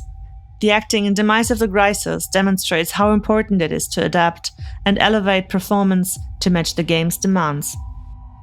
We have a very interesting way of working with actors, because if you act in a real-life game, which is interactive, which has a lot of improvisation, this is what you need. And actors that we usually get, there's not many real-life games out there, so there's not much experience out there for these actors, how they can act the way we want them to behave in this game. They either come from movies or theater, which is all very linear, or they're scare actors from Hans, and they have very limited experience outside of scaring. So, and there are very few improv actors, and this is definitely what we need as a skill within this game, because you need to anticipate what actions the players are going to do, because all our games, the actions the players do have consequences. And part of these consequences are the actors. They have to make sure these consequences actually happen. We believe that a player should always have a chance to do something about a certain action it has taken. One chance, minimum. And if the actor behaves in a way like, for example, in our game, you can get caught, and you don't want that as a player. You do not want to get caught. And if an actor is so close next to a player that the player has no way of escaping, that's unfair. Because then the player is just going to get caught by the actor and he did not have a chance to escape. Plus, it's also less tense, because if a player has a chance to escape, now it becomes exciting. It might be difficult, there might be a low chance of success, but it becomes exciting, especially if it feels like you have a very low chance of success and you succeed. That's very exciting, you know? And that's what we want to train the actors to make sure that the way they act creates a cool player experience. And that's very different from acting an emotion out or a personality or part of narrative. That being said, I do always tell our actors that if you're acting and you know a player is watching, or you know they're in a certain thing that they can't see you, that's a chance for you to grab the stage. That's a chance for you to show through your acting a bit of a story, a bit of a narrative about what a Gricer is about, or what about any of the other characters, because we have some other characters in our game as well, what they are about. That's your chance to give away some of that narrative through what you're doing. The performers in Demise of the Gricers are miracle workers. They are constantly building and adding to the story, the environment, the game itself. They are building a fiction as they interact with you, as they move. Everything about them is conveying information about this strange world. And what makes that so special is that the idea that you are infiltrating a train-worshipping cult is a very difficult fiction to sell. Like, I was not really excited about the idea going in. It just seemed like a very tall hurdle to leap over to sell that world to me. And I'm someone who wants to believe. I am very happy to suspend my disbelief, but I wasn't going in bought in. But the way that those performers used that environment and every tool available to them to just constantly reinforce that this is real and that these characters are taking this world dead seriously, it made me believe. It made me a believer that a train-worshipping cult exists. Adding this personal layer to the game was something new to the escape room scene, and it shows just how quickly we evolve. Steps like these very often trigger the discussion of whether something still fits the theme and how much a game can differ to still be called an escape room. Experienced players may have trouble in new game concepts, but learn to love them over time.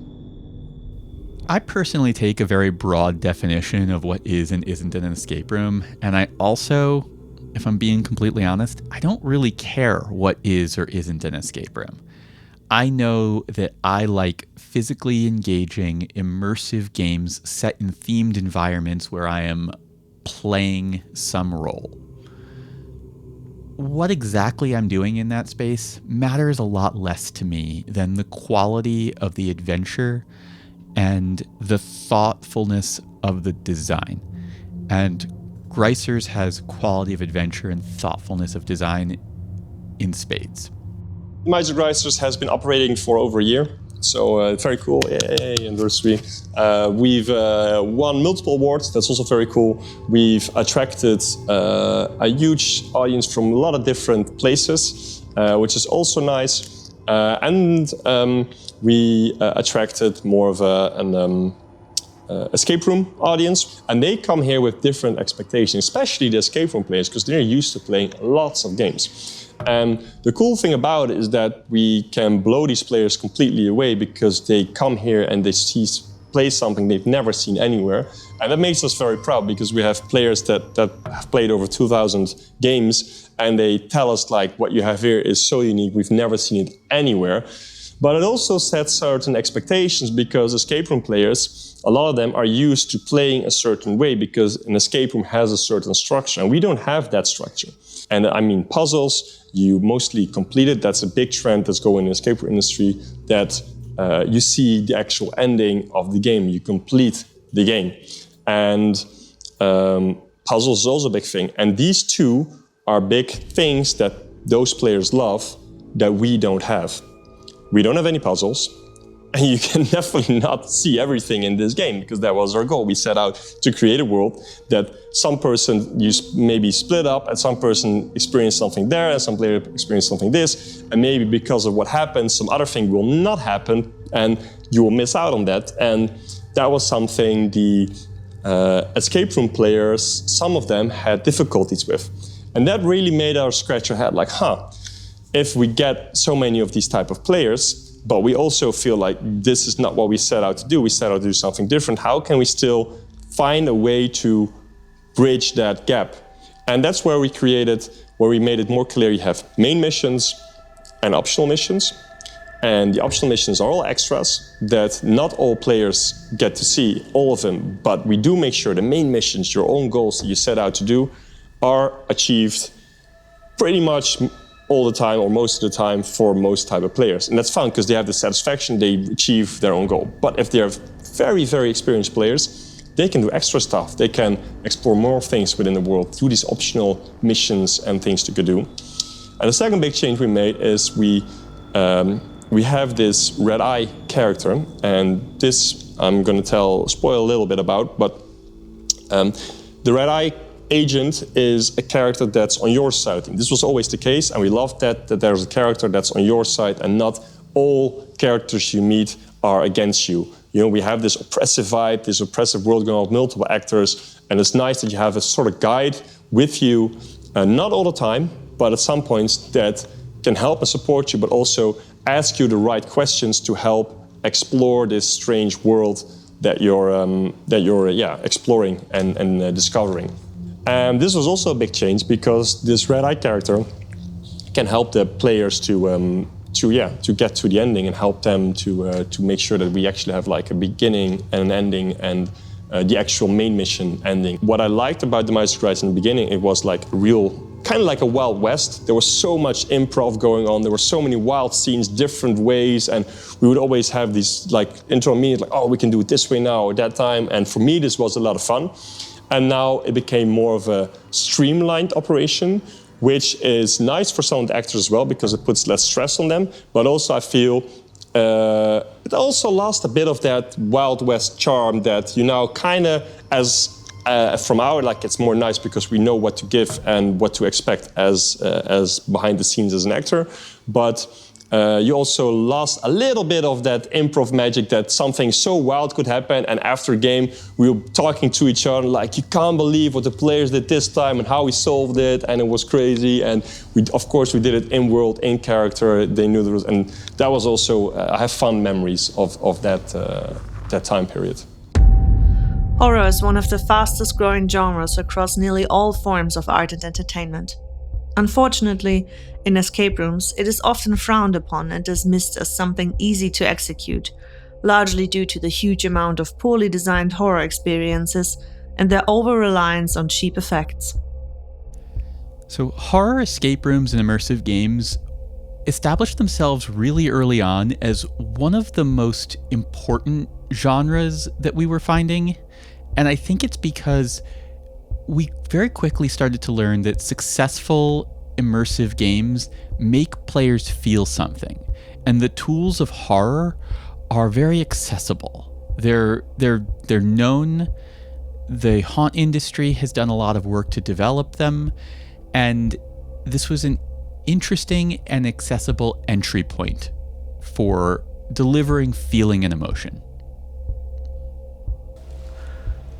What is horror, really? I think it's way more than just screaming and running and being scared all the time and blood on the walls. I think horror can be really subtle. I think horror can be building up tension. I think horror can be fun at some time. I think actually you need humor for the scary part to be even more powerful.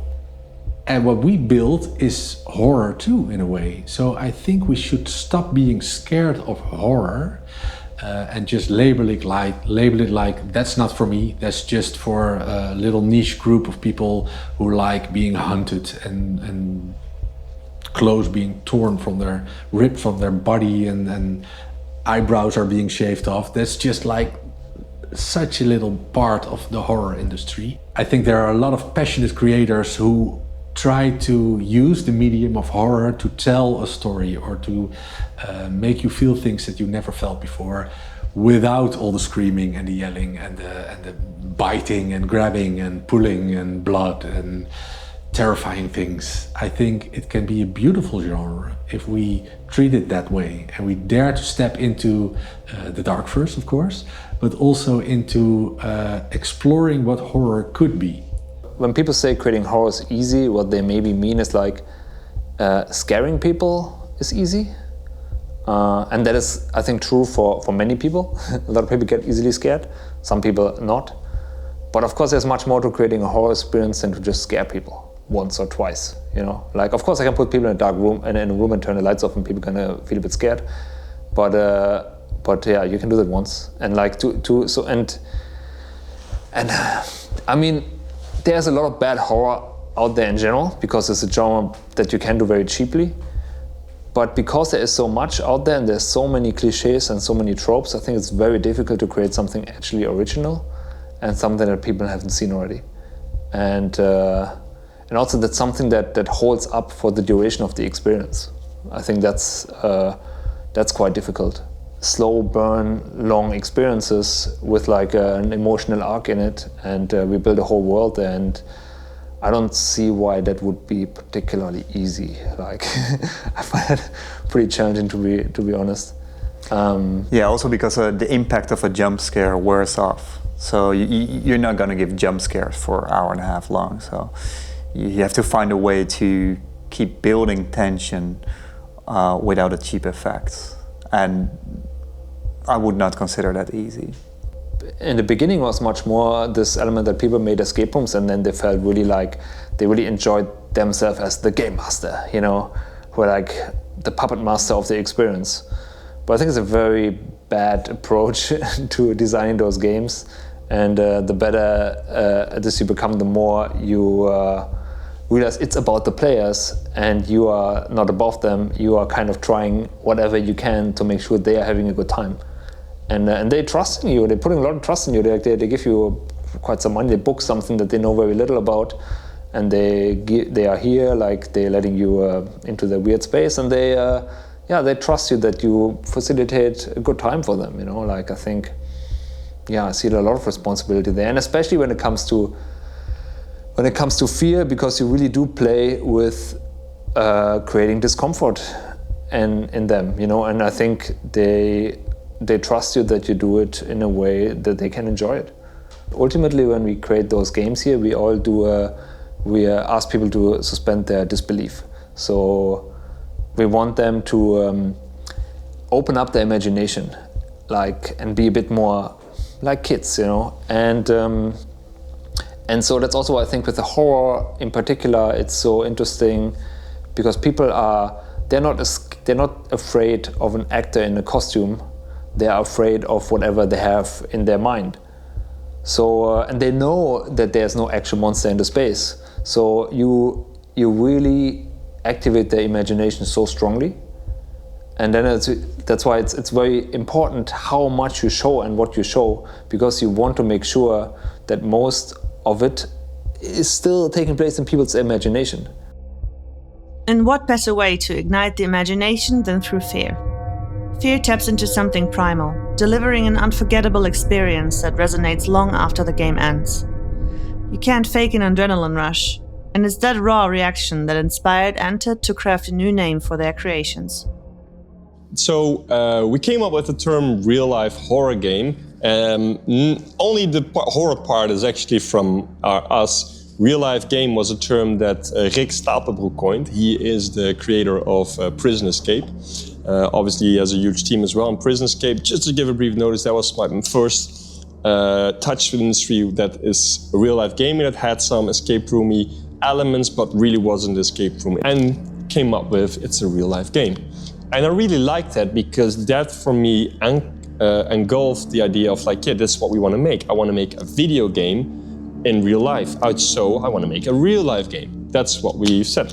And then we want to make sure that we define the genre up front, because that's part what video games and movies do, right? You play a shooter game, or you play a role-playing game, or you play a puzzle game, or a strategy game, or a horror game. So that's why we came up this is a real life horror game. And we started using this with I Can Hear You. I Can Hear You in that sense was a huge inspiration for many, many, many games in our area, around it. Also for different types of games that were there. I think the real life game, the term, I don't see it much abroad. I do see it in the BeNeLux quite a bit. There are other real life games they talk about. And it's also influenced and inspired Stay in the Dark, for example, or Chernobyl. There's another game that is in Belgium. And these people, they came and play I Can Hear You. And they felt like, wow, this is a new structure, this is different. They changed the music with the actor and the interaction with the actor. And that's what Gijs also inspired for him to make his own creation, Stay in the Dark, that has a lot of the same elements, but his own dark park touch with it. And I feel where Stay in the Dark could have named himself a real-life horror game, it still has a bit of a more escape room elements in it. There are still some light puzzles in there. It still follows that linear structure. And I feel that might be, it has a lot of overlap with the structure that we have in our real life horror games, but it also has some overlap with an escape room. You probably could say it's, let's say it's 50-50, something like this. And we feel that in our games, we have very, very, very little overlap with the escape room. You do in terms of structure, but you still get the same type of experience in terms of you forget reality, you step into a new world, you are playing a game with game mechanics, and you have this narrative you're going through, and if you like this, then in escape rooms, then you're also going to love it in our types of games.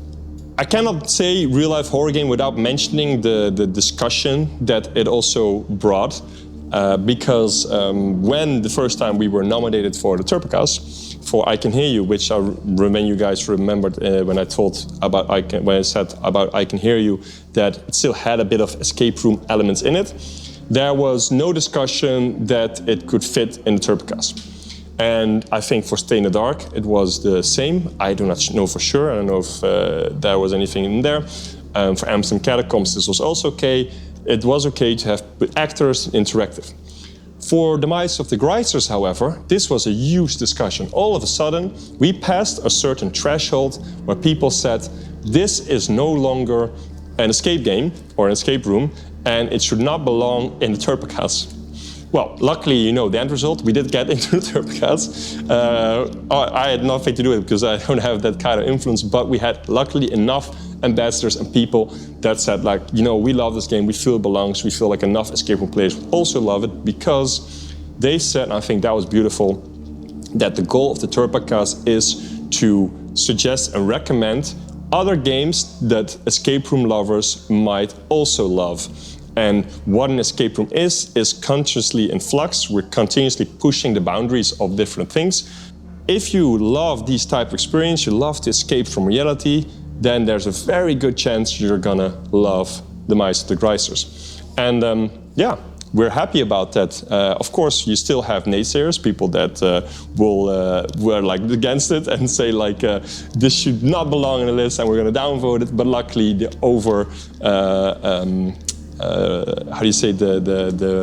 the bigger part of the pie were for it, and they said like we like it, and we ended up in Turpicas, and that's cool because ever since we get so many international people playing the game, and they're all welcome.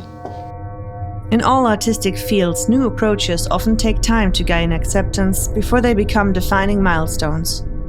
Our industry seems to be no exception to this pattern. A lot of colleagues came to play here and they were like, but this is not an escape room. Where are the puzzles? Where is this is not what we want escape rooms to be. So you're not part of our club anymore. You just you're Dark Park and we build escape rooms and we don't know what you're doing. Thank God by now people started to love what we've been doing here in the end, and also what Eric has been doing with the dome, because in the beginning people really didn't like what he had built there. Well, the rest is history, of course. And it made me sad that people didn't like what we tried to do in the beginning. I think it was because they were afraid of what escape rooms might become, and they just wanted it to stay what it was, like a room with puzzles. And I was like, but let's explore what else could it be. And I'm still doing that till today. So that's what we tried with Stay in the Dark, of course. Stay in the Dark, there are like hardly any puzzles in there, but it's still an escape room for me, and it's huge and it's amazing, and there are actors and there are stunts and there's people running and hiding and enjoying themselves and being scared, but it's still, for me, it's still an escape room. And you can see, like, if you play the end and the other DARPA games, there's always a general emotion that gets evoked from it. That's nice. Like, people, that is good at creating something that a big audience likes. What really impressed me with Stay in the Dark is the skill, and I think what Gijs is really good at is painting broad strokes of what a person should feel and make that emotion strong, inherent, and very likable. Like he makes like blockbuster type of games, and like very bombastic use, very theatrical, and spectacular as well. Like the theatrics and the space of it is insane. And he's good at, like, for example, actually my favorite thing of Stay in the Dark is the music, which is funny, because in the beginning I felt it's not like my type of experience, but it really grew on me, and it really was something that, it sells the vibe so well. It's like, it's not horror, it is that thriller kind of vibe horror that I think he succeeds very well in making horror accessible to a bigger public. As breathtaking as these immersive games can be, they share a common challenge that is both difficult to surpass and sometimes hard to sustain: the venue itself. In the past, Entered faced a tough setback when they had to part with the building that hosted I Can Hear You, leading to the loss of a truly remarkable game. Unfortunately, as unique as a venue like a complex filled with trains may be, the future of such games often depends on factors beyond the creator's control. The future of Demise of the Gricers, and of course, it wouldn't be a horror game if the future didn't look bleak. Oh. No, it's actually pretty painful to talk about. Our future is pretty uncertain. We are still doing some developments of the game. We're still improving it because we already bought quite a few materials for this, and we recently were still having some hefty updates for the game, which is cool. But unfortunately, the end of January 2025 is when our lease contract is up. It might be finished. Yeah, we're still fighting for it. The last word about it has not been said. The thing is, I don't know if this will be on camera, but outside this hangar, there's a lot of construction work going on. It's a project in the millions. They're building this huge highway for cyclists. It's big on tourism. And they're gonna change a lot of things on this area, and they're not sure if this is still a good fit for their future plans. So we have a clear mission. We have to prove that we belong, that we fit in their environment, that we fit also within this. Unfortunately, we just can't say, look at the quality of the experience, look how many awards and things we've won and how people talk about this. That's not enough, because politics is involved as well. I will not go into that here, but it just means that we have to work out to make sure that we fit in the picture that they want for the future of this area. And yeah, people can help. If you do want to do this and you want to be certain to experience this cool game, do come before the end of January. But also, I think we are going to release a very, very awesome trailer soon. And probably when this is released, it probably has been released already, this trailer. And it would be of the utmost help to just share it, watch it, like it, make it go viral so we can prove that, yeah, this is something worth having and important and so unique to keep. Because, yeah, we're never gonna find another space with trains to build something like this again. We were actually building something like a part 2. It's not a sequel, it's more of a mission also in the world of the Gricers that happens at the same time, so simultaneously. Different objectives, but still with the same mechanics and the track sleeves, but a whole different area. There's no overlap in the area. Internally, we call it Bravo, because this is Alpha, and we also have Bravo. But we stopped working on it because it didn't make more sense to continue investing more money in this until we at least know that we have a longer lease contract to stay here. And I think that's a bit of the sad things with these cool big projects. You get awesome spaces, but yeah, it's sometimes a bit more temporary. But we have to see. We really hope that we can stay longer.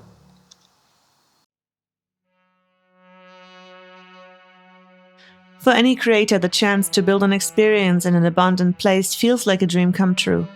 For Gijs and the team of Dark Park, this dream became reality with the creation of an unforgettable game set in an old building. But sadly, with such a unique venue came the ticking clock of a limited lease. After a brief 2-month extension in March 2024, the time came on May 20th to say goodbye and demolish Stay in the Dark. I interviewed Gijs on that day with a stone in my stomach, and we later joked that he seemed out of focus. Unfortunately, my camera decided to be as well, despite my earlier check. So the first thing we do is, can you explain what's happening at the moment? Yeah, so we're back at Stay in the Dark, but we're taking everything apart. We're slaying the beast, and it's really weird to be here in the same space with all the light coming in. All the magic is gone. The world that we have created here is it's gone, and it feels almost hard to imagine that 3 years ago I stepped in here for the first time, and I saw in my mind what Stay in the Dark would be. when I see it now, I'm like, how could I have ever imagined what it would become? Because there's no magic anymore. It's just an empty space.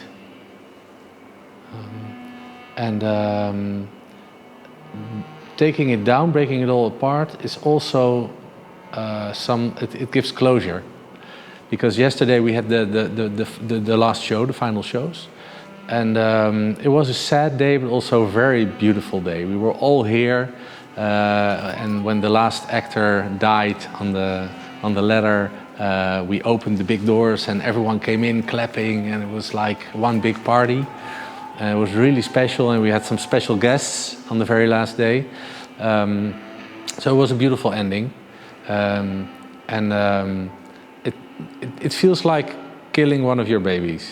Yeah. So we've been working towards this day with the entire team. So the past few weeks, each day there was another actor playing his last show, and then we have this WhatsApp group. People saying goodbye and thank you, and some beautiful words. Some wrote poems, some wrote songs just to say goodbye to Stay in the Dark. And I mean, we knew it would come to an end someday, and we are very lucky that we had 3 years to enjoy this game. But Stay in the Dark for us as a company and for the players has been so much more than just a game with lights and music and story, and that's all awesome. But it's been about a special feeling that people had in this building, and you can still feel it. And it's been about pushing personal boundaries for people. And we got so many messages of people saying, this was one of the best experiences in my life. I think Stay in the Dark left a memory for so many people.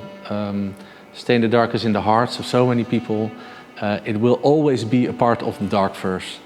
And even though the building will be gone and the story will be gone, the characters and the feelings will remain, and the memories, of course. Yeah. We got like thousands of messages from fans all over the world who have played Stay in the Dark in the last months, like 10 to 20 people from the US, from Japan, from Germany, France, Belgium, all over the world.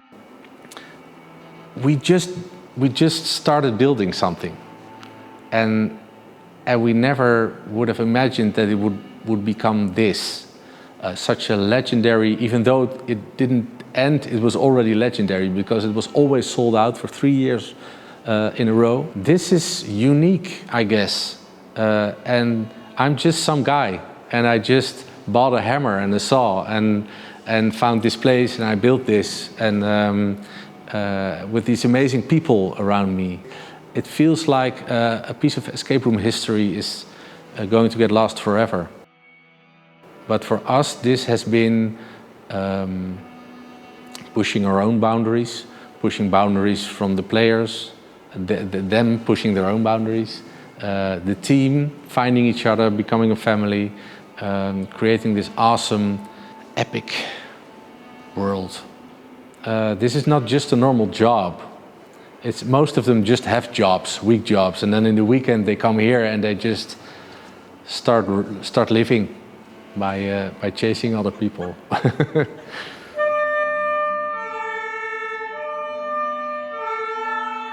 I would like to say thank you to this awesome space, the entire area, to all of the visitors that came visit us and made this possible. I would like to say thank you to our amazing team that created this with me. I was used to building escape rooms all by myself. But because we built this during Corona, we had this entire team. So for the first time, we did something together, and that is why it became so much more special than the solo projects, because everyone added something from themselves onto the project.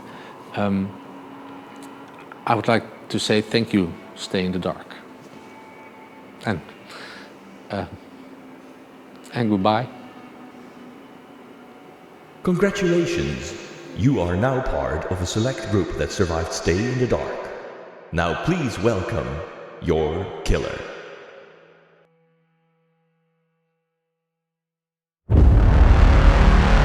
If there's one thing we've learned from the growth of our industry, it's that we constantly evolve and reinvent ourselves. In 2016, Alexander played a key role in organizing the first ever international escape room conference, Up the Game, in Breda, Netherlands. At the time, he already had a vision of what the future might hold for the industry. Yeah, I mean, I think it's very cool that people try to play more and more with different kind of game mechanics. Like all the way in the beginning when Escape Room started, we were organizing the convention. It's so weird now. In hindsight, we were so naive because we thought this would go much faster. Our first idea was, first convention, we invited all sorts of people who were not doing escape rooms. And people were like really confused by this because they were like, okay, I thought we talk more about escape rooms. And we were like, no, this is like the beginning of us taking all sorts of ideas that we see from video games and movies and turning them into real life experiences, you know. So that was sort of like what we imagined. Of course, there was like, then what happened was like many years of people just working on improving the escape room concept and not really like trying to do so many crazy different things, because it's actually really hard to make something new and make it work. But now, yeah, more and more people are doing it, and I'm really excited about it because I think there's so much more than you can do than I don't know, just solving puzzles. You know, like solving problems of all sorts of kinds. I think I would like to see in escape rooms more and more, or in real life gaming. And then I guess there's many different directions you can go. You can go in the direction of emergent gameplay, where you provide a game space to play in, you know, like, I don't know, hide and seek or catch or anything. And then you have stories that come out of this, like, oh, you remember when I was hiding behind the corner and you came around and I scared you and blah, and I chased away. You know, this is a story that happened between us. And then there's a story of like, oh my God, there's this character, he did this, and then remember when this happened, and we were in the space and we had to do this action, you know, like, so there's kind of the story that you create as a designer, and then there's the story that the players create between each other. And I think it's very interesting to design, for both of these types of stories, you know. What we are good at is building escape rooms, creating stories, creating sets, creating music, creating experiences. What we should remember and should learn is that this is not an escape room world, this is a people world. So building an escape room is one thing, but getting to know people and how people work and what people need is as important. And when you do just one of these two, and this goes for our customers, our fans, but also for our staff, our employees, when they feel the passion that I feel, they will show that to our customers, and our customers will show that to their friends, and they will return and they will bring their friends. And if we show our passion in what we build, but we don't show it in everything around it, then people will applaud us for creating a beautiful game, but they will not return and they will not remember the game. And when we start focusing on the person, the people, the players, and their experience instead of what we created, and trying to push what our version of the story on the players, then it will not become their version of the story, and they will love it, but they will forget it.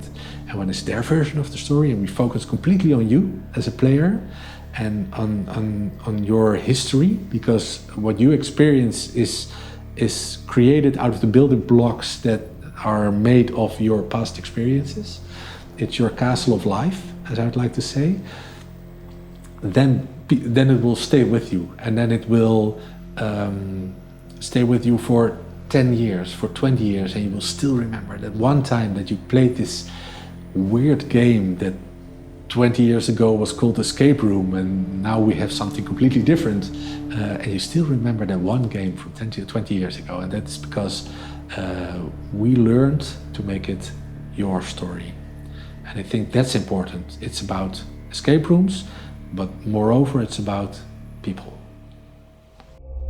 It's these perspectives that enable the creation of games that truly trigger emotions, resulting in an immersive experience like no other. However, such games are rare, because for many owners it's an ongoing struggle between creative and business-driven decisions. Lisa and David, after observing the industry for some time, decided to bridge this gap by founding Recon. Their goal is to advance the escape room industry by sharing best practices, innovative ideas, and emerging trends in design and operation. First held virtually in 2020, this annual convention alternates between virtual and in-person formats. This year, it was held in Los Angeles and was a huge success.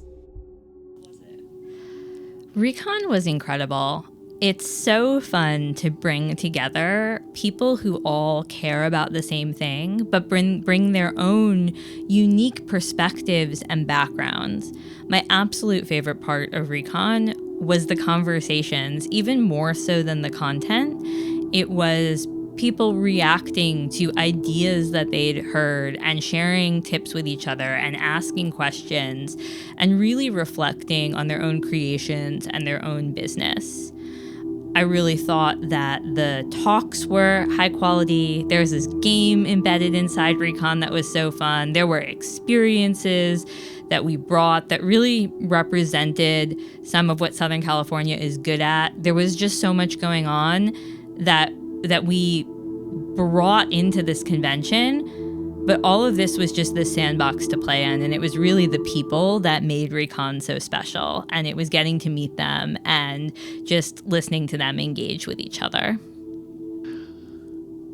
Recon was a wonderful gathering of the kinds of people who love making immersive games and escape rooms and really thinking deeply about what it takes to do it well. We spent a lot of effort this year splitting our time between thinking about the art and the creative and the business side of things. One of the things that we keep finding is that we, as a community, are very split down those lines. There are creators who are very focused on the health of the business, and there are creators who are very focused on the health of the creative. And it is my deep desire that those cross-pollinate. I want the artists making money so that they can fuel themselves and their teams and continue to build wonderful things long into the future and build more of them. And I want the folks who are really focused on the health of their business and have very high output of product. I want those folks learning the tools of the trade so that they can elevate what they make, and that every escape room, no matter where you set foot in, that game is manufacturing repeat players. That's my dream. And that's what Recon is all about. We've met so many creators in Europe who put the highest level of craft and care into their experiences. It's one of the reasons that we love to visit, because we love to take in these experiences that you've built. If you want to come to a convention that's made with that same craft and care, then I really hope that you'll come to Recon. Good news for all those unable to travel to the USA. Recon 2025 will be held virtually, once again providing a platform to inspire the next generation of incredible escape room experiences. Speaking of the future, I asked my guests what they think lies on the horizon for the evolution of horror experiences. I am really hoping to see horror escape rooms develop into more styles. I'm worried about the amount of similarity that we see regionally. It's not great when every single game has some combination of evil clergy, dead children. Those are two things that you get a lot of, and I think that there's a lot of room for exploring new territory in this space. That's my hope for horror. I don't know what the exact trajectory is going to be, but I really do believe in companies like Entered when they go and make a game like Demise of the Gricers that bears no resemblance narratively or gameplay-wise to anything else that we've seen, other than the tension. The tension is very BeNeLux, but the rest of it is a creation all their own. I really, even St. Romaldus is a game that I think takes a lot of the tropes that you see played with throughout BeNeLux and turns them on their side and does something unique and special with it. It has its own voice, it has its own presence because it has gone and deviated from the expected. I want to see more of that. That's my deeply held hope and wish for horror escape rooms. Horror has been challenging for me to appreciate. And I would love for horror games to find ways to become more accessible to people who are horror curious. Because I think that there are a lot of people out there like me who could come to really love some of these mechanics, really learn from them, appreciate the craft and the care, appreciate the strangeness and the uniqueness of something like Demise of the Gricers, that there's nothing like it. But if you're too afraid to try, then you'll never get to see that brilliance. And if you're too afraid, then you'll never see that arc of stay in the dark. And there is so much out there that could become more accessible. And I'm not advocating for changing the games. I think that we as a community can help build tools to help the horror curious get more involved. And what I would love to see in the future is that we let go, even more than we already have done, of the idea of what an escape room should be. Because that is only a boundary. Why set boundaries for what we could do? Why not just say this is immersive entertainment, and it could be an escape room, but it could also be Stay in the Dark, or it could be something completely different. Why not just try to challenge ourselves to keep creating awesome stuff like this or like many other games that I've played all around the world, and just keep playing, keep enjoying, and keep growing, and work together to just create awesome things. That will be like my big dream for the future. And sometimes the future can be brightened with great revivals. Because I'm really trying, and I hope you can leave this in, because then it means it has worked. We're bringing back I Can Hear You. A lot of people have not experienced this, and it was a great game. We're so proud that we still think it's unique in its own way. And we're probably going to upgrade a few little things, but the most important thing is that we found the location, but we're now in the final parts of negotiating. But we find already a lot of hospital stuff that we can use and build in. So hopefully we can leave it in, and we can tell you back now that I Can Hear You is building. You have like this text now coming over, like, yeah, it's actually finished or something. Well, not finished, but it's actually in production. That's one of the biggest things, and we definitely want to make sure, because there's so many people that come to Demise of Gricer that heard about I Can Hear You but never had a chance to play it. We want to give that opportunity to those people. And we're probably going to stay very, very close to what it was, because we truly feel it's still very relevant and it still has its own uniqueness that, it has inspired other games, but still has its own flavor that we feel that deserves to be out there. And yes, it is back out there. A few weeks after my final rep, I took a rather spontaneous trip to Mosaic to see the actual I Can Hear You in production. Yeah, over here we find finally a new building for our old project, our first project, like I Can Hear You. And now we're checking everything and building everything so that I Can Hear You can be back again. That we can back run I Can Hear You. And that's what we are doing right now.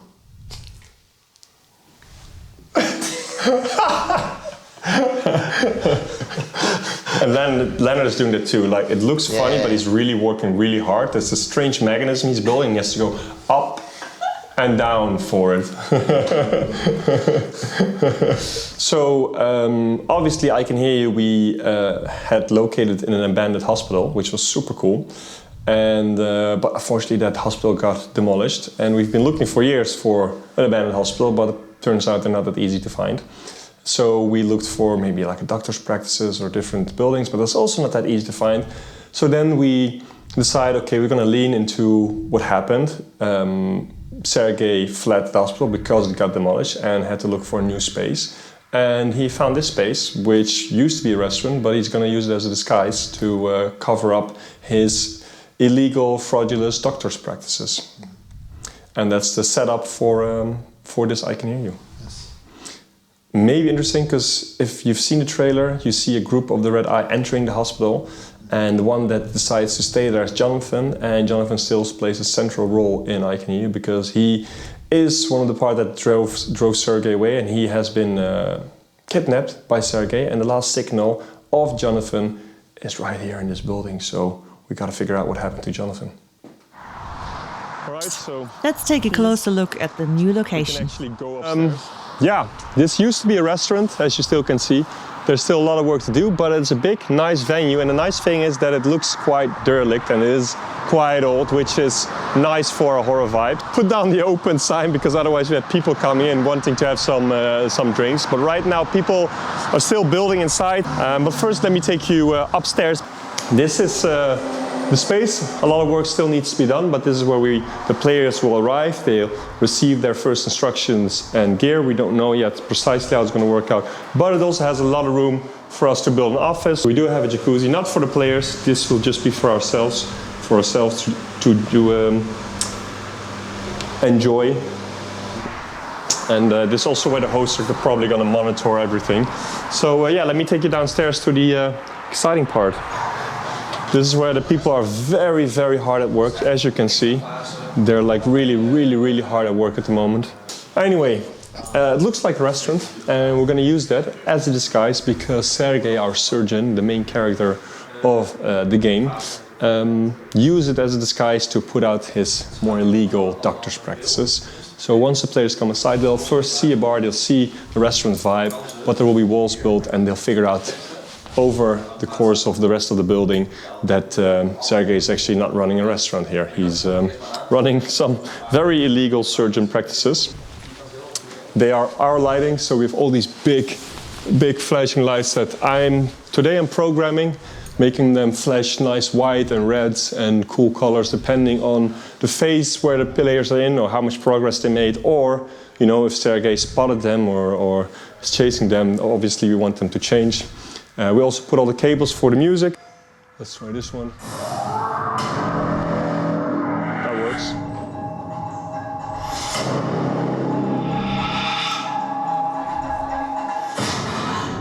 As you can see, this is already our first hospital stuff.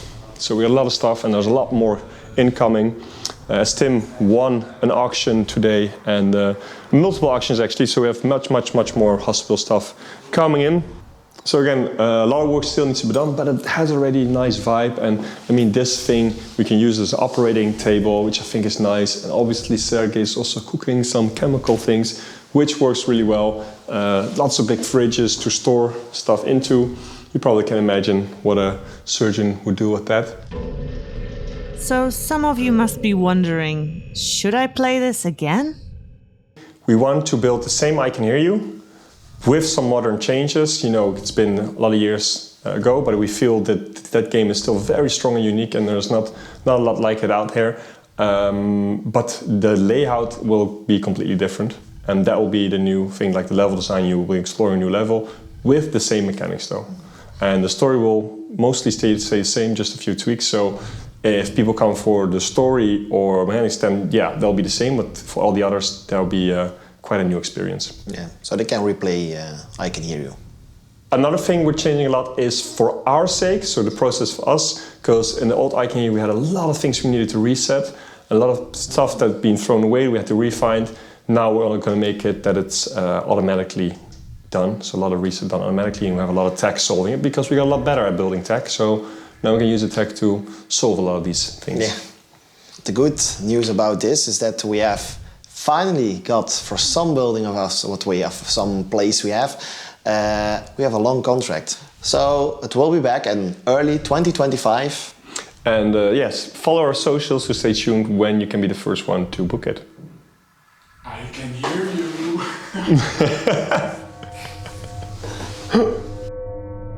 When designing a game, playtesting is a crucial element for its development and success.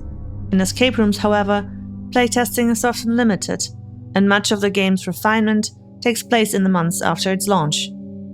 As I look towards the future of our industry and the bold choices being made, I had the opportunity to witness a playtest of a particularly promising project. So, you totally should display, like when we say the title of the game, you should like, this is working title, but very much probably is going to be the final title. Exactly. We just did a playtest of our new game.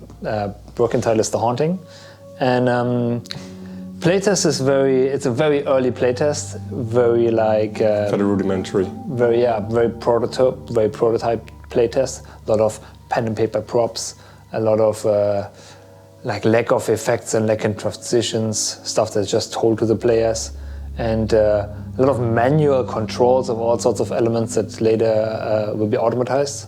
And so we need like loads of people. People that were walking around and they had to be ignored by the players because they were moving around stuff because nothing is automated yet.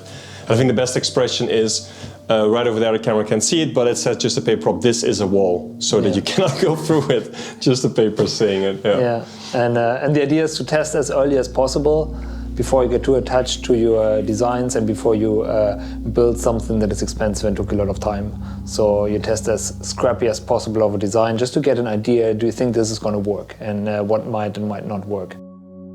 Yeah, today was a good day to learn about what did not work. Yes. This is our second playtest of the game, and the first one definitely went more smooth, and we were like, even the whole build-up to that playtest went smooth. Like there was no stress, and I think that gave us a bit of a false sense of security, maybe, I don't know. Happens, And this playtest, pretty much everything went wrong. They got nowhere, so, but it's good. We learned so much from it.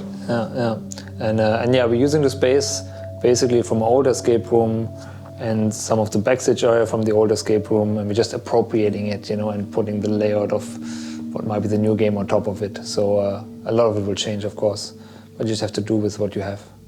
So basically, the story of the game is that people are checking into an Airbnb because they want to have a ghost experience, and some connection of them says, here, this place, if you go and stay there for a few days, you should experience something. So they come into this place, and it's an Airbnb, and they're going to stay here for within the world multiple night and days.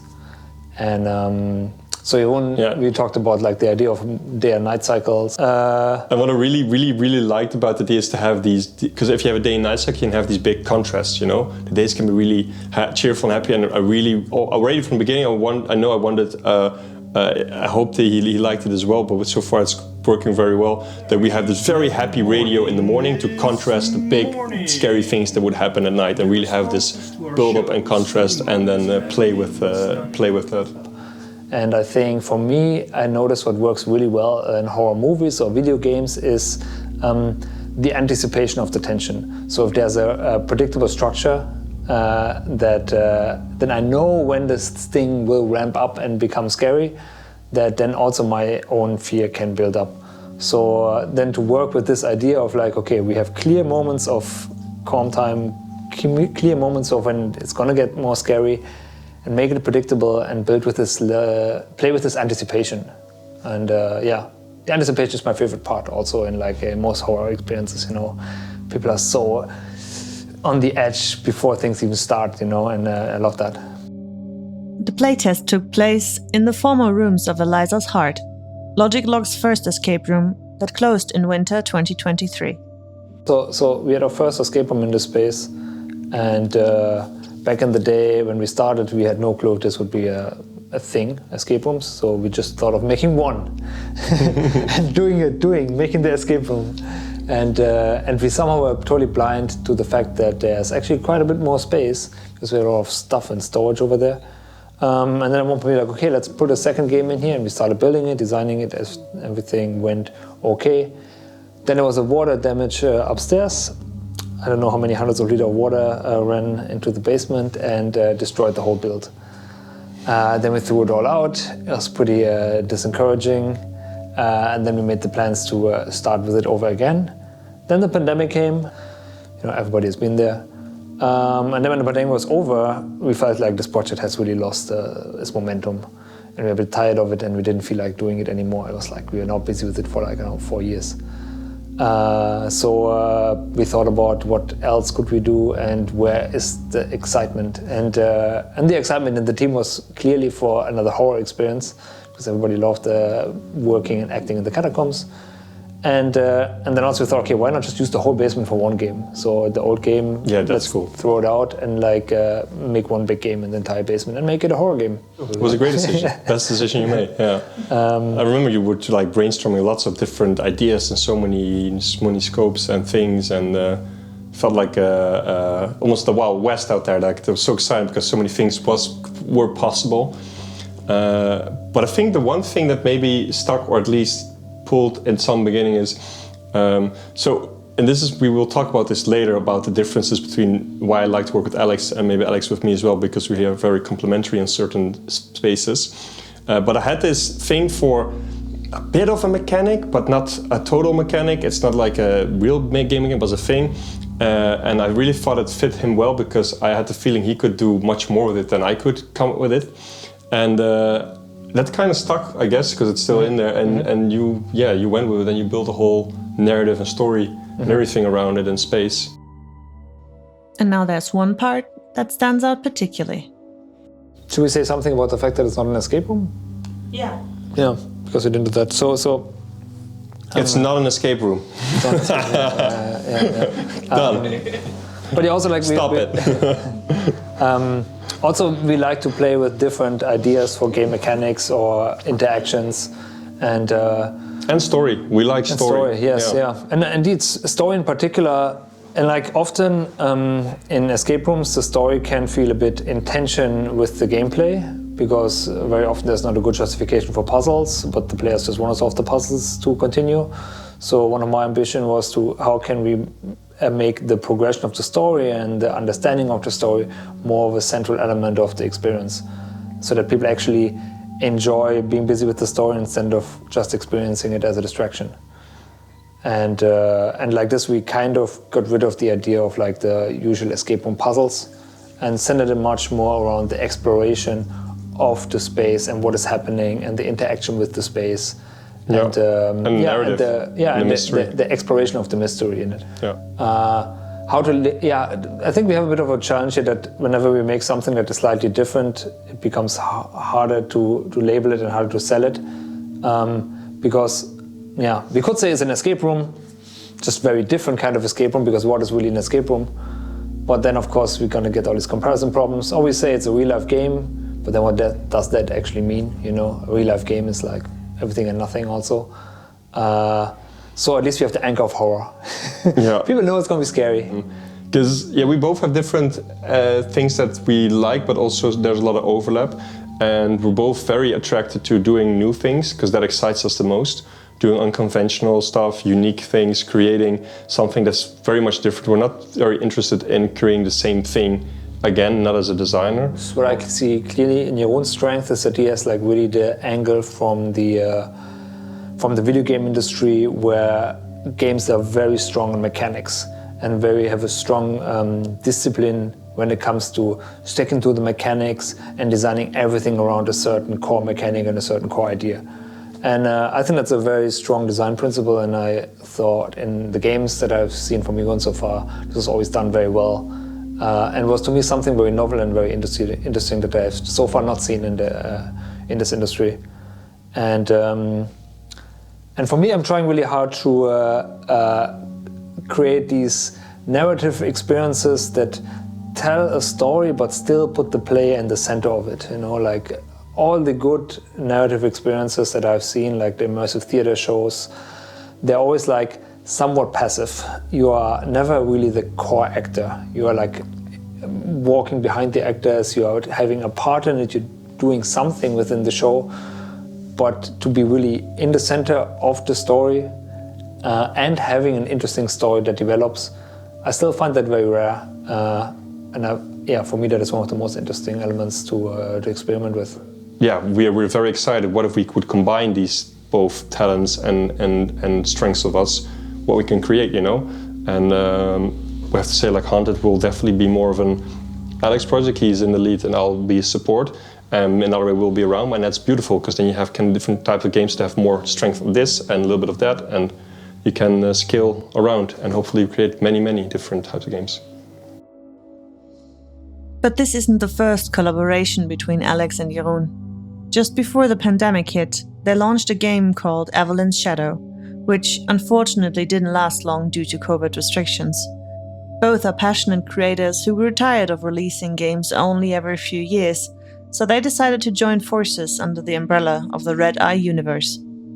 This partnership not only amplifies their strengths and allows for shorter gaps between the releases, but also helps their audience to find their games more easily. The moment we decided we're gonna do more horror games, it became very clear to us that, okay, we are gonna play more and more in the same genre, in the same arena, and we also struggle with the same kind of problems that our company, is often like lack of resources. At least in our audience that we have, there is still the biggest part of it are not escape room players, even though we have a lot of overlap with the escape room industry. We have a lot of players who do this for the first time or only have played experiences from us, and they really ask, like, hey, what else can we do, and when are you going to build the next one? And then I tell them it took 3 years to build Demise of the Gricers, and they're like, it's going to be a very long time then. And the thing that we want to connect these games with, that we're excited about, is so we want to create kind of a label that people can recognize these types of games. And we have this fiction in the universe as well, which is called the Red Eye organization. This is the organization that is a part of the games so far, and also going to be part of Haunted. And this is the one connecting thing that makes that all these games are shared in the same universe.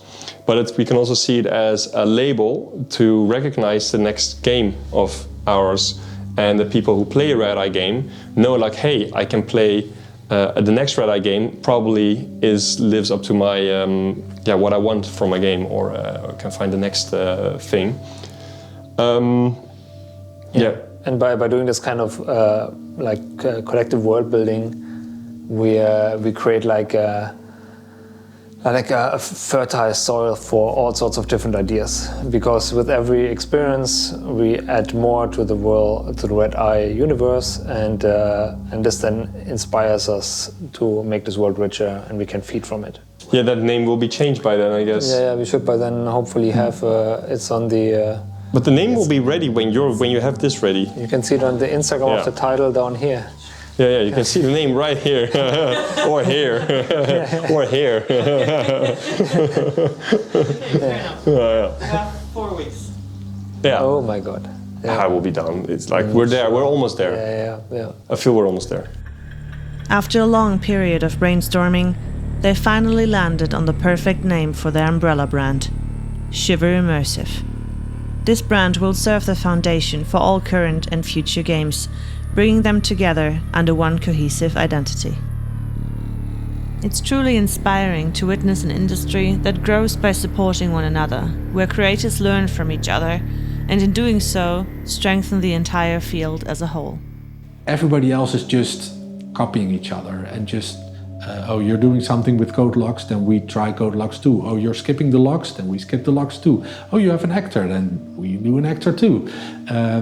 And they are just sailing their own course, and Alex too. And when these forces collide, which I heard they will in the future, that is going to be like mind-blowing. And I can't wait to experience what they come up with next, because I know that we need people like this that keep developing what escape rooms can be, and what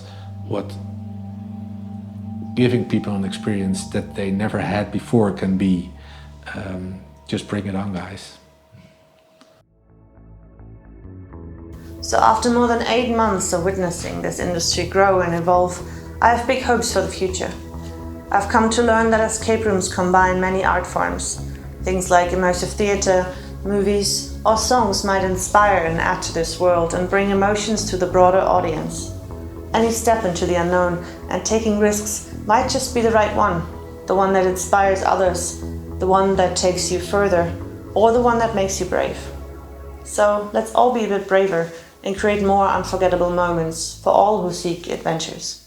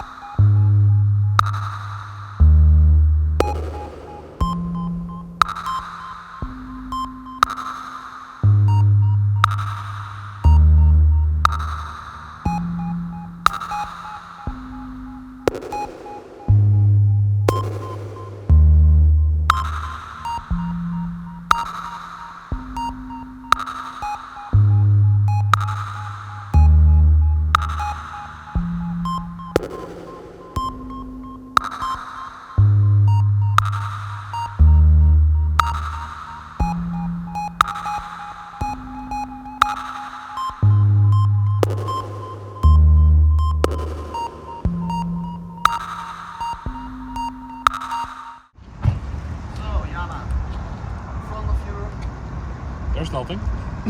It's nothing anymore? Nothing. Because here was the old hospital. Yeah, it was cool though. All the windows were very barren. And, Graag om te zien, hè? Strange to see that snow. yeah. Not anymore here. It's gone. Such a long time. This was a long time. Here was the entrance, like the big entrance, but we had the back entrance. We went in the back, next to the mortuarium. Oh, and the hospital actually had a church inside as well. That was cool, like a chapel and a bell, like a big bell. And sometimes we climbed on the roof. Me and Alex actually went into the hospital one night, and we spent the whole night there, try and come up with new horror concepts. Cool. I think we need to do like a funeral for this hospital. Funeral for the hospital? Yeah. Throw some ashes. Yeah. You got some ashes with you? Oh, just right here, look. Oh, thank God. Okay. You want to say a prayer?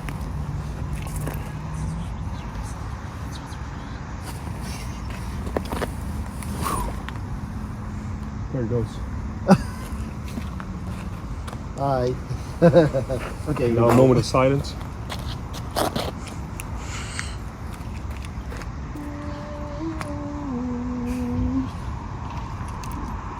A moment of silence. Start singing. Yeah, the background music, no? Oh, okay. Otherwise it's sad.